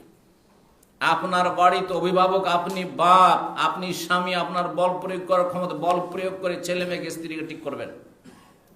বল প্রয়োগ করতে পারছেন না, আলেমরা যেমন দায়ীরা, তাহলে কথা বলবেন, মুখ বন্ধ রাখবেন না, কথা বলবেন। জি, যেখানে কথা বলে সংশোধন, উদ্দেশ্য সংশোধন থাকবে, ফিতনা ফাসাদ করা নয়। যেখানে কথা বলবেন হিকমতের সাথে কথা বলতে হবে, কিন্তু কথা বলতে হবে, গোপন করলে হবে না।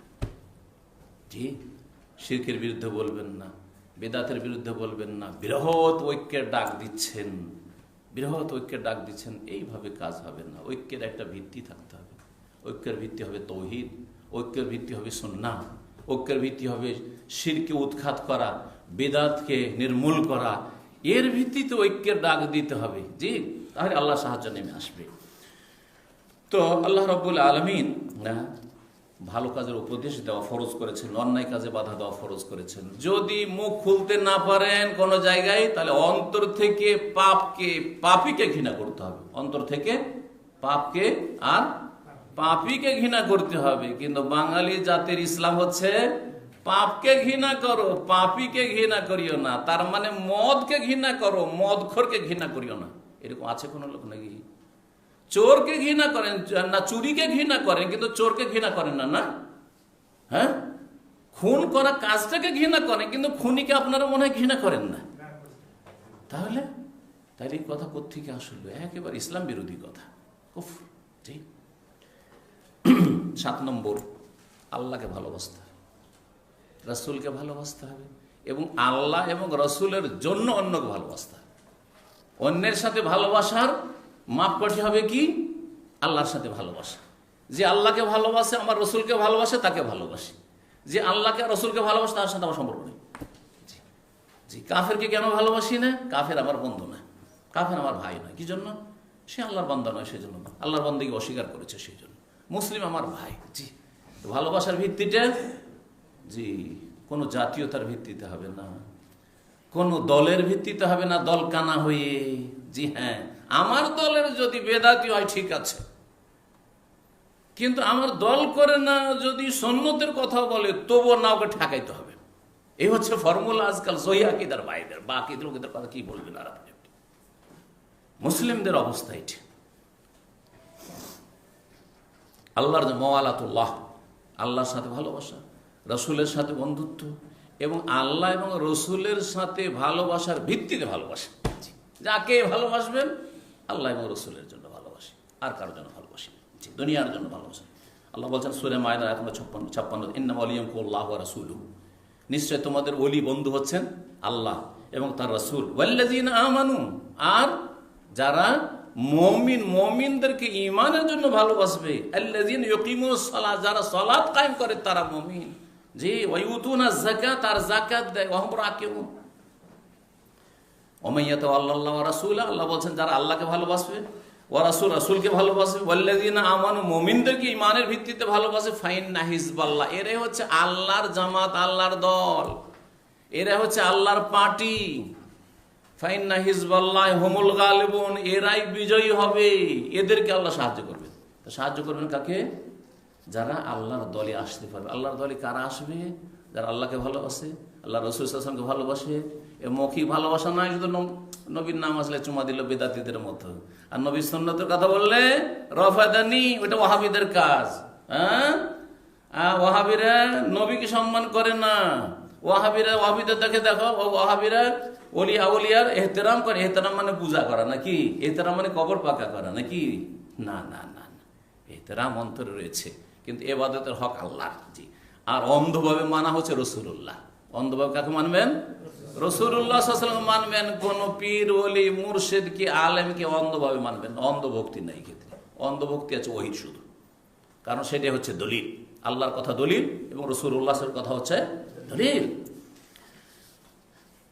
8 নম্বর, আল্লাহর সাথে ব্যবসা করতে শিখতে হবে। আয়াতে তর্জমা করব না, লম্বা হয়ে যাবে। আগে বলেছি সূরা সাফের আয়াত নম্বর 10 এবং 11, 12, 13, জি এই 4টি আয়াত, 10, 11, 12, 13 4টি আয়াত আল্লাহ বলেছে হাল আদুল্লুকুম আলা তিজারা, একটা ব্যবসা বলে তো, আল্লাহর সাথে ব্যবসা করতে হবে।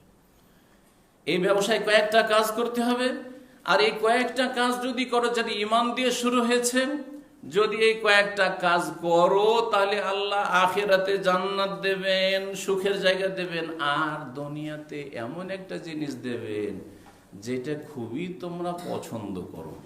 ওয়া তুহিব্বুনাহা, আরো একটা আল্লাহ বোনাস দেবেন, তুহিব্বুনা, খুব তোমরা লাইক করো। সেটা কি? নাসরুম মিনাল্লাহ, আল্লাহর পক্ষ থেকে সাহায্য নেমে আসবে। এই যে সাহায্য, স্পষ্ট ভাষায় আল্লাহ বলছেন।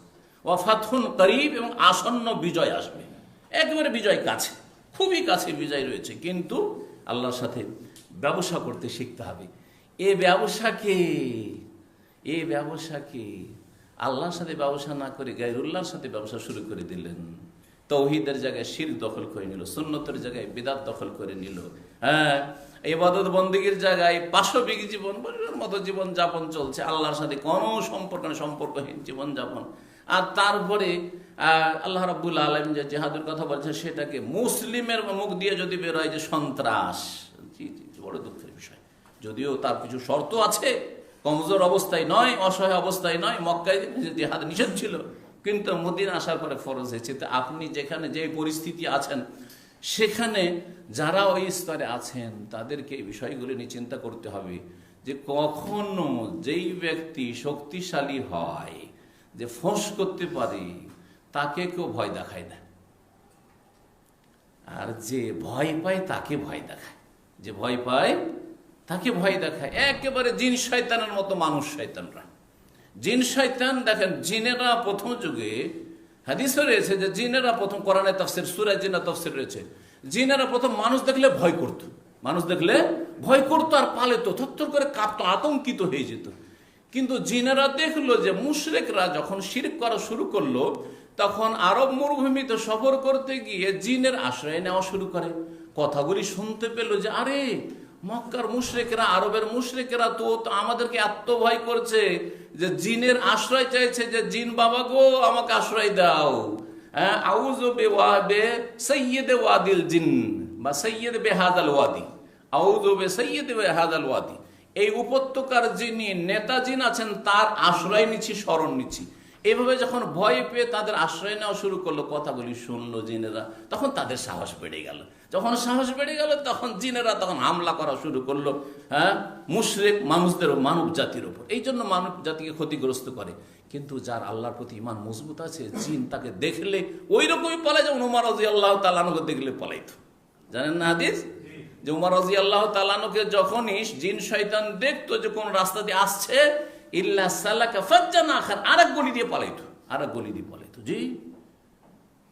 তো ওই রকম মানুষ শয়তান একই চরিত্রের। যদি আপনি উমরের চরিত্রের হইতে পারেন, উমরের আদর্শ হইতে পারেন, তো মানুষ শয়তান আপনাকে দেখলে পালাবে, রাস্তা ছাড়বে। সুতরাং এই ব্যবসা অবশ্যই আল্লাহর সাথে করতে হবে। 9 নম্বর হচ্ছে মুসলিম জাতির ঐক্য। আর কত যে ঐক্যের প্রয়োজন রয়েছে, জি হ্যাঁ, কিন্তু ঐক্য হবে ওহীর ভিত্তিতে। আর ওহী হচ্ছে আল কোরআন, ওহী হচ্ছে আল হাদিস, ওহী হচ্ছে তৌহিদ, ওহী হচ্ছে সুন্নাহ, ওহী হচ্ছে শিরককে নির্মূল করা, বিদআতকে নির্মূল করা, শিরক বিদআত মুক্ত তৌহিদ প্রতিষ্ঠা করা, সুন্নাহ প্রতিষ্ঠা করা, কোরআন সুন্নাহকে আঁকড়ে ধরা। এর ভিত্তিতে ঐক্য হইতে হবে। ঐক্যের ডাক দিচ্ছেন, কিন্তু কিরকম ঐক্যের ডাক? যারা কোরআন সুন্নাহর অনুসার নির্ভেজাল, তাদের বিরুদ্ধে ঐক্যের ডাক দিচ্ছেন। আজকাল কিছু বিদাতি বক্তারা ঐক্যের ডাক দিচ্ছে, 100 বছর আমাদের ঐক্য নষ্ট করতে দেব না। কি ঐক্য? সমস্ত সুফিদের সাথে এই মওদুদিবাদীরা ঐক্য করার জন্য আহ্বান করলো। দেখা গেল যে এই মওদুদিবাদীদেরকে এমন করে তাড়াম দিল সুফিরা, যে আর কোন জায়গায় আশ্রয়ের জায়গায় পেল না। এই ঐক্য কোনোদিন টিকবে না, এই ঐক্য কোনোদিন কামিয়াব হবে না। ঐক্য কায়েম হবে কিসের ভিত্তিতে? তৌহিদের ভিত্তিতে, সুন্নাহর ভিত্তিতে, কোরআন সুন্নাহকে আঁকড়ে ধরার ভিত্তিতে। দুটো যেটাই বলেন না কেন, যারা কোরআন সুন্নাহ আঁকড়ে ধরবে তারা তৌহিদবাদী, সুন্নতের অনুসারী হবে। আর যারা তৌহিদ সুন্নতের অনুসারী হবে তারাই হচ্ছে কোরআন সুন্নাহর অনুসারী। যারা তৌহিদে বিশ্বাসী হবে, তৌহিদ প্রতিষ্ঠাকারী হবে আর সুন্নাহ প্রতিষ্ঠাকারী হবে, তারাই হচ্ছে কোরআন সুন্নাহের ভেজাল অনুসারী। সম্মানিত ভাতৃমণ্ডলী, তাদের সাথ দিতে হবে। এবং বলছি না যে কোনো দল করে সাথ দিতে হবে, কিন্তু সারা পৃথিবীতে যে যেখানে কোরআন সুন্নাহ নির্ভেজাল অনুসারী, তাদের সাথে আন্তরিকতা থাকতে হবে, তাদের সাথে ভালোবাসা থাকতে হবে, তাদের সাথে সম্প্রীতি থাকতে হবে, তাদের সাথে সার্বিক ঐক্য গড়ে তোলার চেষ্টা করতে হবে। তা না করে আজকে কাফেরেরা মুসলিমদের মসজিদ জ্বালাচ্ছে, তখন দুশ্মন হাসার মতো হাসে স্ট্যাটাস দিচ্ছেন। আর এদিকে নিজের ঘরে যখন বিদাতিরা সহিহ আকীদার মসজিদ ভোলায় জ্বালিয়ে দিল, তখন কেন একবারে বোবা শয়তান হয়ে গেলেন? একটিও স্ট্যাটাস কেন দিলেন না? প্রতিবাদ কেন করলেন না? আপনাদের কষ্ট লাগে কাফের হিন্দুরা যদি মসজিদ জ্বালায় তাহলে, আর আপনাদের বিদাতিরা যখন মসজিদ জ্বালায় তখন কষ্ট লাগে না, ব্যথা লাগে না? সেটাকে মসজিদ নয়, সেটাকে আর কিছু ছিল, সেটাকে আর কিছু ছিল। একটু বোঝার চেষ্টা করুন, একটু বোঝার চেষ্টা করুন যে কোন ঐক্যের দিকে এই গোমরাহারা নিয়ে যাচ্ছে। সুতরাং এসব গোমরাহ থেকেও সতর্ক সাবধান হইতে হবে, ঐক্য নিয়ে আসতে হবে। আবার বলছি, দুই ওহীর ভিত্তিতে, কোরআন কারীমের ভিত্তিতে আর রাসূলুল্লাহ সাল্লাল্লাহু আলাইহি ওয়াসাল্লামের হাদিসের ভিত্তিতে। আর কোরআন এবং হাদিসকে বুঝতে হবে আলা মানহাজিস সালাফ, সালাফে সালেহিন সাহাবায়ে কেরামরা যেইভাবে বুঝেছেন ওইভাবে বুঝতে হবে। খেয়াল খুশি বুঝলে হবে না, আপনার মেজাজ থেকে বুঝলে হবে না। ইসলামকে এ খেলতামাশা মনে করলে হবে না যে 60 বছর আগে কেউ যেভাবে বুঝে গেল আর পলিটিক্যাল ইসলামের ব্যাখ্যা করে দিল সেটাই ইসলাম হয়ে গেল। না না, সেটা ইসলাম না, সেটা ইসলাম না। ইসলাম 1400 বছর আগে বোঝা হয়ে গেছে, সেই বুঝটাকে সামনে রাখতে হবে, ওইভাবে ইসলামকে বুঝতে হবে। আল্লাহ যেন বুঝার তৌফিক দান করেন। সম্মানিত ভাতৃমণ্ডলী, ঐক্য অবশ্যই জরুরি। জি হ্যাঁ, যখন কাফেরদের সাথে আমাদের বিরোধ হবে তখন সারা মুসলিম বিশ্ব বিদাতি হলো তাদের সাথে এক হয়ে যাব, কোনো অসুবিধা নেই, কোনো অসুবিধা নেই। কারণ বিদাতি হলো তারা আমাদের মুসলিম ভাই। কিন্তু যখন তৌহিদ আর সুন্নতের বিষয় আসছে, আর শিরক আর বিদাতের বিষয়, একদিকে তৌহিদ আর একদিকে শিরক, একদিকে সুন্নাত আর একদিকে বিদাত, তখন কখনো বিদাতের সাথ দেব না, কখনো শিরকের সাথ দেব না, তৌহিদের সাথ দেব, সুন্নাহর সাথ দেব। এবং এর ভিত্তিতে আমরা ঐক্য করার চেষ্টা করব। সেখানে লোক আসুক আর না আসুক, দল ভারী হলো না ছোট হলো সেটা আমার দেখার বিষয় নেই। দলটা খাঁটি দল হয়েছে, দলের ভিত মজবুত আছে, এটা হচ্ছে দেখার বিষয়। জি হ্যাঁ, সূরা আনফাল আয়াত নম্বর 46 আল্লাহ রাব্বুল ইরশাদ করেছেন, ওয়া আতিউল্লাহ ওয়া রাসূল, আল্লাহকে মানো এবং তার রাসূলকে মানো, ওয়ালা তানাজাউ, আর তোমরা আপোষে ঝগড়া করিও না, আপোষে ঝগড়া করিও না। জি, ফাতাহ আমাদের দাপট চলে যাবে। 10 নম্বরে যে বিষয়টি, সেটা হচ্ছে আল্লাহর দ্বীনের সাহায্য করতে হবে, আল্লাহর দ্বীনের সাহায্য করতে হবে। জি, আল্লাহ স্পষ্ট বলেছেন সূরা মুহাম্মাদের আয়াত নম্বর 7, ইন তানসুরুল্লাহ ইয়া আইয়ুহাল্লাযীনা আমানু ইন তানসুরুল্লাহ ইয়ানসুরকুম ওয়া ইউসাব্বিত আকদামাকুম। হে মুমিন সকল, তোমরা যদি আল্লাহর সাহায্য করো তাহলে আল্লাহ তোমাদের সাহায্য করবে। ওয়া ইউসাব্বিত আকদামাকুম, তোমাদের পাকে আল্লাহ মজবুত রাখবে, দৃঢ় রাখবেন। জি, পদস্খলন ঘটবে না। হ্যাঁ, তোমরা পিছপা হবে না কাফেরদের সামনে। কিন্তু আল্লাহর সাহায্য, আল্লাহর সাহায্য কেমন করে করবেন? আল্লাহর দ্বীনের সাহায্য করতে হবে, আল্লাহর কিতাবের সাহায্য করতে হবে, আল্লাহ রাসূল সাল্লাল্লাহু আলাইহি সাল্লামের নিয়ে আসা আদর্শের সাহায্য করতে হবে, সুন্নাতের সাহায্য করতে হবে, বিদআতকে কমজোর করতে হবে, তৌহিদের সাহায্য করতে হবে, শিরককে কমজোর করতে হবে, ভালো মানুষের সাহায্য করতে হবে, মন্দদের সংখ্যা কমাবার চেষ্টা করতে হবে, ভালোদের সংখ্যা বাড়াবার চেষ্টা করতে হবে। জি, ইন তানসুরুল্লাহ ইয়ানসুরকুম ওয়া ইউসাব্বিত আকদামাকুম। আল্লাহ রাব্বুল আলামিন তারপরে যে বিষয়টি বলেছেন সেটা হচ্ছে ধৈর্যের সাথে এবং সালাতের সাথে সাহায্য চাওয়া আল্লাহর কাছে। 11 নম্বরে সাহায্য আল্লাহর পাওয়ার উপায় হচ্ছে 5 ওয়াক্ত সালাতের হেফাজত করা, হেফাজত করতে হবে, জামাত সহকারে সালাত আদায় করতে হবে, মসজিদে গিয়ে সালাত আদায় করতে হবে, ফজরের নামাজ পড়তে হবে। নামাজ পড়ি, ভালো করে খোঁজ নিয়ে দেখেন, নামাজ পড়ে ফজরে যায় না, নামাজ পড়ে ফজরে যায় না। ফজর কখন পড়ে? সূর্য ওঠার পরে, অথবা পড়ে না, খেয়াল খুশি পড়ে, যখন মনে হইলো পড়ে। ভালো করে দেখবেন, যেদিন ডিউটি আছে, কিছু লোক আছে ডিউটির দিনে ওকে ফজর নামাজ পাবে না, আর জুমাবারে ডিউটি নাই, শনিবারে ডিউটি নাই, আর ফজর খুঁজে পাওয়া যায় না। আমি খুব ভালো করে দেখি, আর খুঁজে পাওয়া যায়। তার মানে আপনার নামাজটা 50-50, অর্ধেকটা আল্লাহর জন্য, অর্ধেকটা ডিউটির জন্য। বোঝা গেছে না? এইভাবে কাজ হবে না। নামাজের হেফাজত করতে হবে। নামাজের হেফাজতের একটা দিক হচ্ছে সুন্নতি নামাজ পড়তে হবে, বেদায়িত নামাজ পড়লে হবে না। জি, সহি নামাজ পড়তে হবে, বিশুদ্ধ নামাজ পড়তে হবে। নামাজটা খুশুর সাথে পড়তে হবে, তাড়াহুড়া করে পড়লে হবে না, কাকে ঠোকর মারার মতো। 12 নম্বরে ধৈর্য ধরতে হবে। বালা মুসিবত আসবে, বালা মুসিবত অনেক সময় দীর্ঘ হইতে পারে, জরুরি নয় যে এক্ষুনি একবারে শেষ হয়ে যাবে। সোভিয়েত ইউনিয়নে কমিউনিস্টরা ওই লেনিন থেকে শুরু করে যে জুলম অত্যাচার করেছিল, আর কি যে জুলম করেছিল, লক্ষ লক্ষ মুসলিমকে খুন করেছিল এই খবিস লানাহুল্লাহ। এবং আফজা ইলামা আকাদ্দামা চলে গেছে জাহান্নামে, যেখানে পৌঁছার চলে গেছে। যদি ওই দুনিয়া কেউ দেখতে পেত তাহলে সারা পৃথিবী মুসলিম হয়ে যেত। কিন্তু কাফের দুনিয়া থেকে হালাক হওয়ার পরে যে আযাব হচ্ছে এই যুগে যুগের ফেরাউনদের ওপর, লেনিন, ইসরায়েল, এদের ওপর, এসব তার মানুষ দেখতে পায় না। 70 বছর চলেছে এই জুলম অত্যাচার, 70 বছর চালিয়েছে, আলহামদুলিল্লাহ। তারপরে মুসলিমরা স্বস্তি পেয়েছে। বসনিয়াতে মুসলিমদের জুলম অত্যাচার করে, চরম জুলম অত্যাচার করেছে আজকে থেকে 30 বছর আগে, আলহামদুলিল্লাহ স্বস্তি পেয়েছে। এইভাবে ইন্না মাল উসরি ইউসরা, ধৈর্যের সাথে আল্লাহর কাছে সাহায্য চাইতে হবে। সূরা বাকারার আয়াত নম্বর 153-তে এবং আয়াত নম্বর 45, এই দুটোই সূরা বাকার আয়াত, দুটোতে একসাথে সালাত নামাজের কথা আর সবর ধৈর্যের কথা আল্লাহ রাব্বুল বলেছেন, ইয়া আইয়ুহাল্লাযীনা আমানুস্তাঈনু বিস-সাবরি ওয়াস-সালাহ ইন্নাল্লাহা মা'আস-সাবিরিন। হে মুমিন সকল, সাহায্য চাও আল্লাহর কাছে ধৈর্যের সাথে আর সালাতের সাথে। অন্য আয়াতে রয়েছে, যেটা আয়াত নম্বর 45, ওয়াস্তাঈনু বিস-সাবরি ওয়াস-সালাহ, তোমরা সাহায্য চাও ধৈর্যের সাথে আর সালাতের সাথে।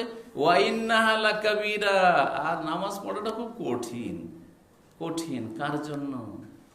কার জন্য আবার কঠিন নয়? ইল্লা আলাল খাশিন, যারা বিনয়ী, আল্লাহর সাথে সত্যি যাদের সুসম্পর্ক আছে, জি, আল্লাহর কাছে যারা বিনয়ী, তাদের জন্য খুব সহজ। সালাত পড়লেই মজা লাগে, সালাত পড়লেই শান্তি পায়। আর সালাত কখনো জামাত ছুটে গেলেও অশান্তি হয়। পক্ষান্তরে ভারী কাকে লাগে? যাকে শয়তান গ্রাস করেছে, শয়তানকে সুযোগ দিয়েছে, শয়তানের গোলামি করে, তাদের জন্য নামাজ ভারী। জি, 13 নম্বরে যে কাজটি করতে হবে সেটা হচ্ছে আল্লাহর কাছে বেশি বেশি দোয়া করতে হবে, আল্লাহর কাছে কাকুতি মিনতি করতে হবে। এই ভাষাগুলি কোরআনে কারীম ভাষা, দোয়া করা এবং কাকুতি মিনতি করা। দেখেন, মজলুমের দোয়া কাফের হইল আল্লাহ শোনে। আবরাহা যখন জালেম হয়ে এসেছিল হস্তি বাহিনী নিয়ে, তখন আব্দুল মুত্তালিব রাসূলুল্লাহ দাদা কাফের মুশরিক, 360টা মূর্তির পূজারী। তারপরে যখন আল্লাহর কাছে দোয়া করেছিল কাবার হেফাজতের জন্য, তো তার দোয়াতে আল্লাহ তয়রান আবাবিল, ঝাঁকে ঝাঁকে আল্লাহ পাখি পাঠিয়েছিলেন। চিন্তা করেন আপনি। তার মানে এই নয় যে আপনারা মুসলিম হওয়া সত্ত্বেও শিরক করতে। তারা কাফের মুশরিক ছিল, সেজন্য শিরক করতো। আপনারা তো আর কাফের মুশরিকরা যে কবর মাজার পূজা করবে। সুতরাং আপনারা আল্লাহর ওয়াস্তে শিরক ছেড়ে দিয়ে, মাজার পূজা ছেড়ে দিয়ে, পীর পূজা ছেড়ে দিয়ে তাওহীদের দিকে আসুন, সুন্নতের দিকে আসুন এবং আল্লাহর কাছে দোয়া করুন। দোয়া আল্লাহ অবশ্যই শুনবেন যদি সেটা কাকুতি মিনতির সাথে, একাগ্রতার সাথে, হুজুর সাথে করা হয়। সূরা মুমিন আয়াত নম্বর 76 আল্লাহ ইরশাদ করছেন, ওয়ালাকাদ আখাযনাহুম বিল আযাব, নিশ্চয় আমি তাদেরকে পাকড়াও করেছিলাম আযাব দিয়ে। ফামাস্তাকানু লিরাব্বিহিম, যখন আল্লাহ আযাব দিয়েছিলেন, আল্লাহ বলছেন ফামাস্তাকানু লিরাব্বিহিম ওয়া ইয়াতাদাররুন, কিন্তু তারা নত হয়নি, আল্লাহর কাছে নত হয়নি। আল্লাহ আযাব দিয়েছে, নত হন। জি, কান্না করেন আল্লাহর সামনে, দোয়া করেন আল্লাহর কাছে, একটু নতি স্বীকার করেন, ভুল স্বীকার করেন, তওবা ইস্তেগফার করেন। ফামাস্তাকানু লিরাব্বিহিম ওয়া মা ইয়াতাদাররুন, এবং তারা কাকুতি মিনতি করেনি, তারা দোয়াও করেনি, একাগ্রতার সাথে আল্লাহর কাছে চাইনি।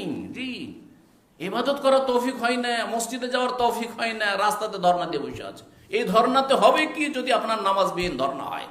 দেন, আপনার গণতন্ত্র বলছে ধর্ণা দিতে আপনি দেন, সেটা আলাদা কথা, কিন্তু আগে আপনাকে রবের সাথে সম্পর্কটা ঠিক রাখতে হবে। জি, আল্লাহর রাসূল আনামে এরকমই বলেছেন যে ফালাউলা ইজ জাহুম বাসুনা তাদাররাউ, তাদের উপর যখন আমার আযাব আসে তখন তারা কেন কাকুতি মিনতি করে না? তাহলে আল্লাহর কাছে কাকুতি মিনতি করলে আযাব দূর হবে, সাহায্য নেমে আসবে। এই কথা আল্লাহ কোরআনে কারীমে বলেছেন। 14 নম্বর, আর সেটা দিয়ে শেষ করব, সেটা হচ্ছে যে পার্থিব প্রস্তুতি নিতে হবে। এতক্ষণ যেগুলো আলোচনা করলাম, দ্বীনি প্রস্তুতি, ঈমানি প্রস্তুতি, এছাড়া কিন্তু হবে না। আল্লাহ সাহায্য নেমে আসবে না, অবশ্যই লাগবে। সেটা ডিটেলসে করলাম। আর আমি শরিয়ার আলেম, তালেবে ইলম, সেই জন্য আমি শরিয়া সম্পর্কে যেহেতু আমি কিছু বুঝি সেটাই বললাম আপনাদেরকে। কিন্তু তার সাথে কোরআনে পার্থিব শক্তি সঞ্চয় করার কথা আল্লাহ বলেছেন। সুতরাং পার্থিব শক্তিও সঞ্চয় করার চেষ্টা করতে হবে, মুসলিম জাতিকে জাতি হিসাবে, মুসলিম ব্যক্তিকে ব্যক্তি হিসাবে, মুসলিম সমাজকে মুসলিম সমাজ হিসাবে। সূরা আনফাল আয়াত নম্বর 60 ওতে আল্লাহ ওয়াইদুল্লাহুম মাস্তাতাতু মিন কুওয়া, তোমরা কাফেরদের সামনে প্রস্তুত করো যত পারো শক্তি। আল্লাহ বলছে মাস্তাতাতু মিন কুওয়া, যত পারো শক্তি। অমির রেবাতিল খাইলে, এবং তোমাদের পোষা ঘোড়া, ঘোড়ার যুগে ঘোড়া এখনকার যুগে যেমন লাগে আল্লাহ বলছেন জি, তুরহেবুনা বিহি আদুওয়াল্লাহ, যাতে তোমরা ভীত সন্ত্রস্ত করতে পারো আল্লাহর শত্রুদেরকে। আল্লাহর দুশমনকে ভয় দেখাইতে হবে, ফোঁস করতে হবে, ভয় না দেখালে ভয় দেখাবে। এটা হচ্ছে মানুষের চরিত্র। সুতরাং আল্লাহ বলছে তুরহেবুনা বিহি আদুওয়াল্লাহি ওয়া আদুওয়াকুম, আগে আল্লাহর দুশমন তারপরে তোমাদের দুশমন। সুতরাং আল্লাহর শত্রু তোমাদের শত্রুদেরকে ভীত সন্ত্রস্ত করতে হবে। শেষখানে আল্লাহর পক্ষ থেকে একটু আশ্বাসের বাণী রয়েছে, সেটা সূরা ইব্রাহিমের আয়াত নম্বর 13-14 বলে আলোচনা শেষ করব। আল্লাহ বলছেন ওয়াকালাল্লাযীনা কাফারু লিরাসূলিহিম, কাফেররা যুগে যুগে নবী রাসূলগণকে বলেছে লানুখরিজান্নাকুম মিন আরদিনা, কি করছো এগুলো, এসব ইসলাম ইসলাম করলে আর ইমান ইমান করলে, ধর্ম ধর্ম করলে তোমাদেরকে আমাদের দেশ থেকে তাড়িয়ে দেব, দেশ থেকে বের করে দেব। যেমন আজকাল বলা হচ্ছে ন্যাশনালিটি কেটে দেব। হ্যাঁ, বারবার মুসলিমদেরকে দেশ থেকে তাড়িয়ে দেওয়া হয়েছে, ভারতের মুসলিমদেরকে দেশ থেকে তাড়িয়ে দেওয়ার হুমকি দেওয়া হচ্ছে, বা তার জন্য আইন তৈরি করা হচ্ছে বা হয়েছে। লানাহুমুল্লাহ, আল্লাহ ধ্বংস করুক, তাদের চক্রান্তকে ধ্বংস করুক, তাদেরকে সর্বনাশ করুক, তাদের ঘরে ঘরে আল্লাহ রাব্বুল আযাব নাযিল করুক। লানুখরিজান্নাকুম মিন আরদিনা, তোমাদের দেশ থেকে তোমাদেরকে বের করে দেব, তোমাদের স্বাধীন করা দেশ তোমাদেরকে বের করে দেব। আল্লাহ বলছে বের করে দেওয়ার কথা বলছে। হয় বেরিয়ে যা, কাফেররা কি বলেছিল, হয় তোমাদেরকে বের করবো, আওলা তাউদুন্না ফি মিল্লাতিনা, আর না হলে যদি থাকতে হয় দেশে তাহলে আমাদের ধর্মে ফিরে আসো, হিন্দু হয়ে যাও, বুদ্ধিস্ট হয়ে যাও, ধর্মে ফিরে আসো, গারোয়া পাশে ঘরে ফিরে আসো। এ কথা নতুন কথা নয় হিন্দুদের, এ কথা বুদ্ধিস্টদের নতুন কথা নয় বার্মা, এটা অনেক পুরাতন কথা, নবী রাসূলগণকে বলা হয়েছিল।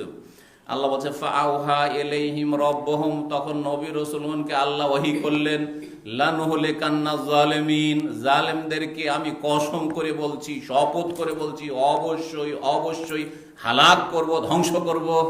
জি, আল্লাহ কি ওয়াদা করছেন, কসম করে ওয়াদা করছেন। যারা ভালো মানুষকে দেশ থেকে বিতাড়িত করতে চায় তাদেরকে আমি কসম করে বলছি অবশ্যই ধ্বংস করব, অবশ্যই ধ্বংস করব। কিন্তু আল্লাহর ধ্বংসের আযাব নামাবার জন্য কিছু মাধ্যম আছে, যে আলোচনা এতক্ষণ পর্যন্ত করলাম।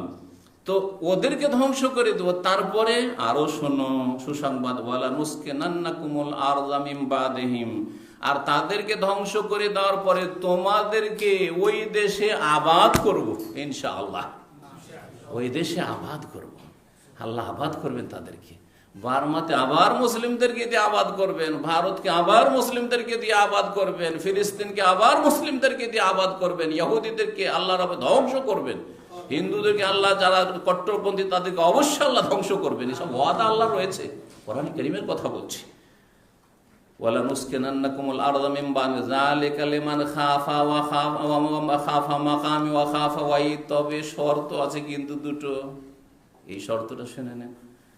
এটা কার জন্য, কারাকে দিয়ে আবাদ করব, কারা ওই সব ভালো মানুষ, লিমান খাফা মাকামি, যারা আমার সামনে দাঁড়াবার কথাকে ভয় করে, যে একদিন আল্লাহর সামনে দণ্ডায়মান হইতে হবে, হাসর মাঠে দাঁড়িয়ে জবাব দিতে হবে, এই চিন্তা যার আছে, আখিরাতের প্রতি বিশ্বাস নিয়ে যারা ভালো কাজ করে, মন্দ কথা কাজ থেকে বেঁচে থাকে, ওয়া খাফা ওয়াইদ, আর আমার শাস্তিকে, আমার আযাবকে যারা ভয় করে, আল্লাহর সামনে দাঁড়াতে হবে আর আল্লাহর শাস্তিকে ভয় করে, এই দুটো কথাকে যারা ভয় করে তাদেরকে আমি আবাদ করব, আর তাদের শত্রুদেরকে আমি কি করব, ধ্বংস করব। আল্লাহ কসম করে বলেছেন, ডবল তাকিদ, যেটাকে আমাদের দেশের আরবি গ্রামে লাম তাকিদ বানুন তাকিদ বলা, যারা মাদ্রাসায় পড়েছেন।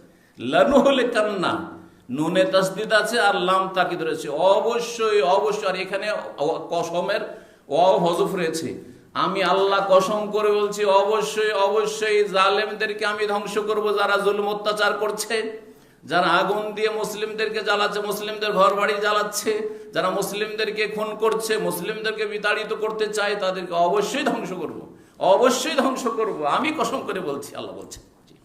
তবে মুসলিমদেরকে আল্লাহর সামনে দাঁড়ানোকে ভয় করতে হবে, আল্লাহর আযাব শাস্তিকে ভয় করতে হবে, জাহান্নামের আযাবকে পাকড়াওকে ভয় করতে হবে, কবরের জীবনকে ভয় করতে হবে।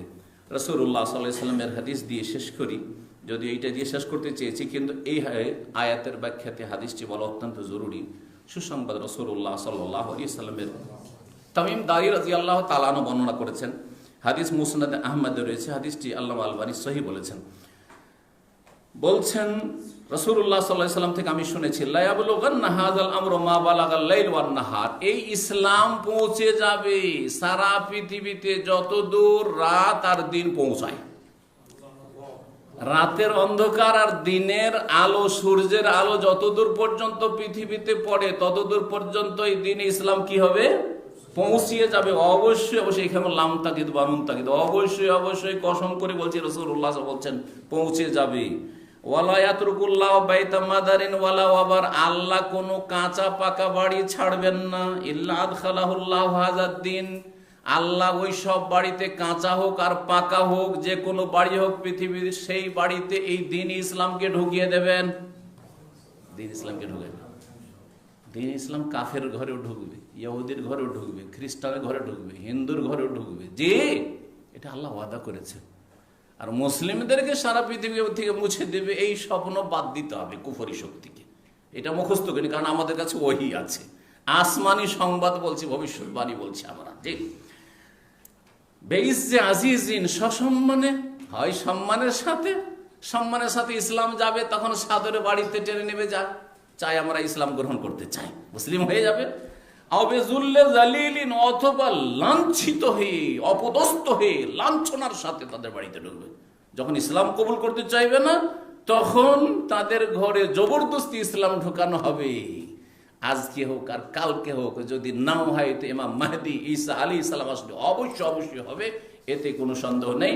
এটা ঈমানের একটা অংশ, এটা ঈমানের একটা অংশ। আমাদের বিশ্বাস আছে প্রতিটি বাড়িতে কালেমা লা ইলাহা ইল্লাল্লাহ মুহাম্মদুর রাসূলুল্লাহ ঢুকবে, 5 ওয়াক্ত সালাত ঢুকবে, সে নাস্তিকের বাড়ি হোক আর মাজার পূজারীর বাড়ি হোক আর কাফের মুশরিকের বাড়ি হোক আর আল্লাহ দ্রোহীর বাড়ি হোক। জি হ্যাঁ। তারপরে বলছে রাসূলুল্লাহ সাল্লাল্লাহু আলাইহি ওয়াসাল্লাম যে ইউইজ্জুল্লাহু বিহিল ইসলাম ওয়া যুল্লাহু ইজ্জান ইউইজ্জুল্লাহু বিহিল ইসলাম ওয়া যুল্লান ইউযিল্লু বিহিল কুফর। জি, এমন ইজ্জত যেটা ইসলামের মাধ্যমে আল্লাহ ইজ্জত সম্মান দেবেন, আর কুফরের কারণে আল্লাহ লাঞ্ছিত করবেন। তাহলে যারা ইসলাম সসম্মানে কবুল করে নেবে তারা সম্মানিত হবে, আর যারা ইসলাম কবুল করতে চাইবে না, কুফরের কারণে তারা লাঞ্ছিত, অপদস্থ হবে। এইভাবে রাসূলুল্লাহ সাল্লাল্লাহু আলাইহি ওয়াসাল্লাম ভবিষ্যৎবাণী করেছেন। আল্লাহ রাব্বুল আলামিনের কাছে দোয়া করি, আল্লাহ যেন আমাদের গুনাহ খাতা মাফ করে দেন, আল্লাহ আমাদের ভুল ত্রুটির জন্য যেন আল্লাহ রাব্বুল আমাদেরকে আযাব আর শাস্তি না দেন, আল্লাহ যেন আমাদের মাফ করে দেন, আল্লাহ আমাদের বালা মুসিবত দূর করে দেন। মুসলিম ভাই বোনদের আল্লাহ যেন যে যেখানে আছে আল্লাহ যেন হেফাজত করেন, মজলুমদের আল্লাহ যেন হেফাজত করেন, আর যারা জুলমের শিকার হয়েছে আর দুনিয়া থেকে বিদায় নিয়েছে তাদের শাহাদাত যেন আল্লাহ কবুল করেন, এবং তাদের যারা আত্মীয় স্বজন শোকে ডুবে আছেন আল্লাহ যেন তাদেরকে ধৈর্য ধারণের তৌফিক দান করেন, তাদের রুজিতে যেন আল্লাহ বরকত দান করেন, তাদের অন্তরকে আল্লাহ যেন মজবুত করে দেন, ঈমানের উপর তাদের যেন অটলতা দান করেন, এবং আল্লাহ যেন তাদেরকে সম্মানের জীবনযাপনের তৌফিক দান করেন। আল্লাহ মুসলিমদের ভয়ভীতি যেন দূর করে দেন, আর কাফের কুফরি শক্তিকে আল্লাহ যেন ভীত সন্ত্রস্ত করার ব্যবস্থা করেন। আল্লাহ যেন আমাদেরকে ফেরাউনের যুগে মূসা আলাইহিস সালামের মতো আদর্শ মানবের ব্যবস্থা করে দেন, যার মাধ্যমে আল্লাহ যেন ইসলামকে শক্তিশালী করেন আর কুফরিকে আল্লাহ যেন নির্মূল করেন। সুবহানা রাব্বিকা রাব্বিল ইজ্জাতি আম্মা ইয়াসিফুন ওয়া সালামুন আলাল মুরসালিন ওয়ালহামদুলিল্লাহি রাব্বিল আলামিন।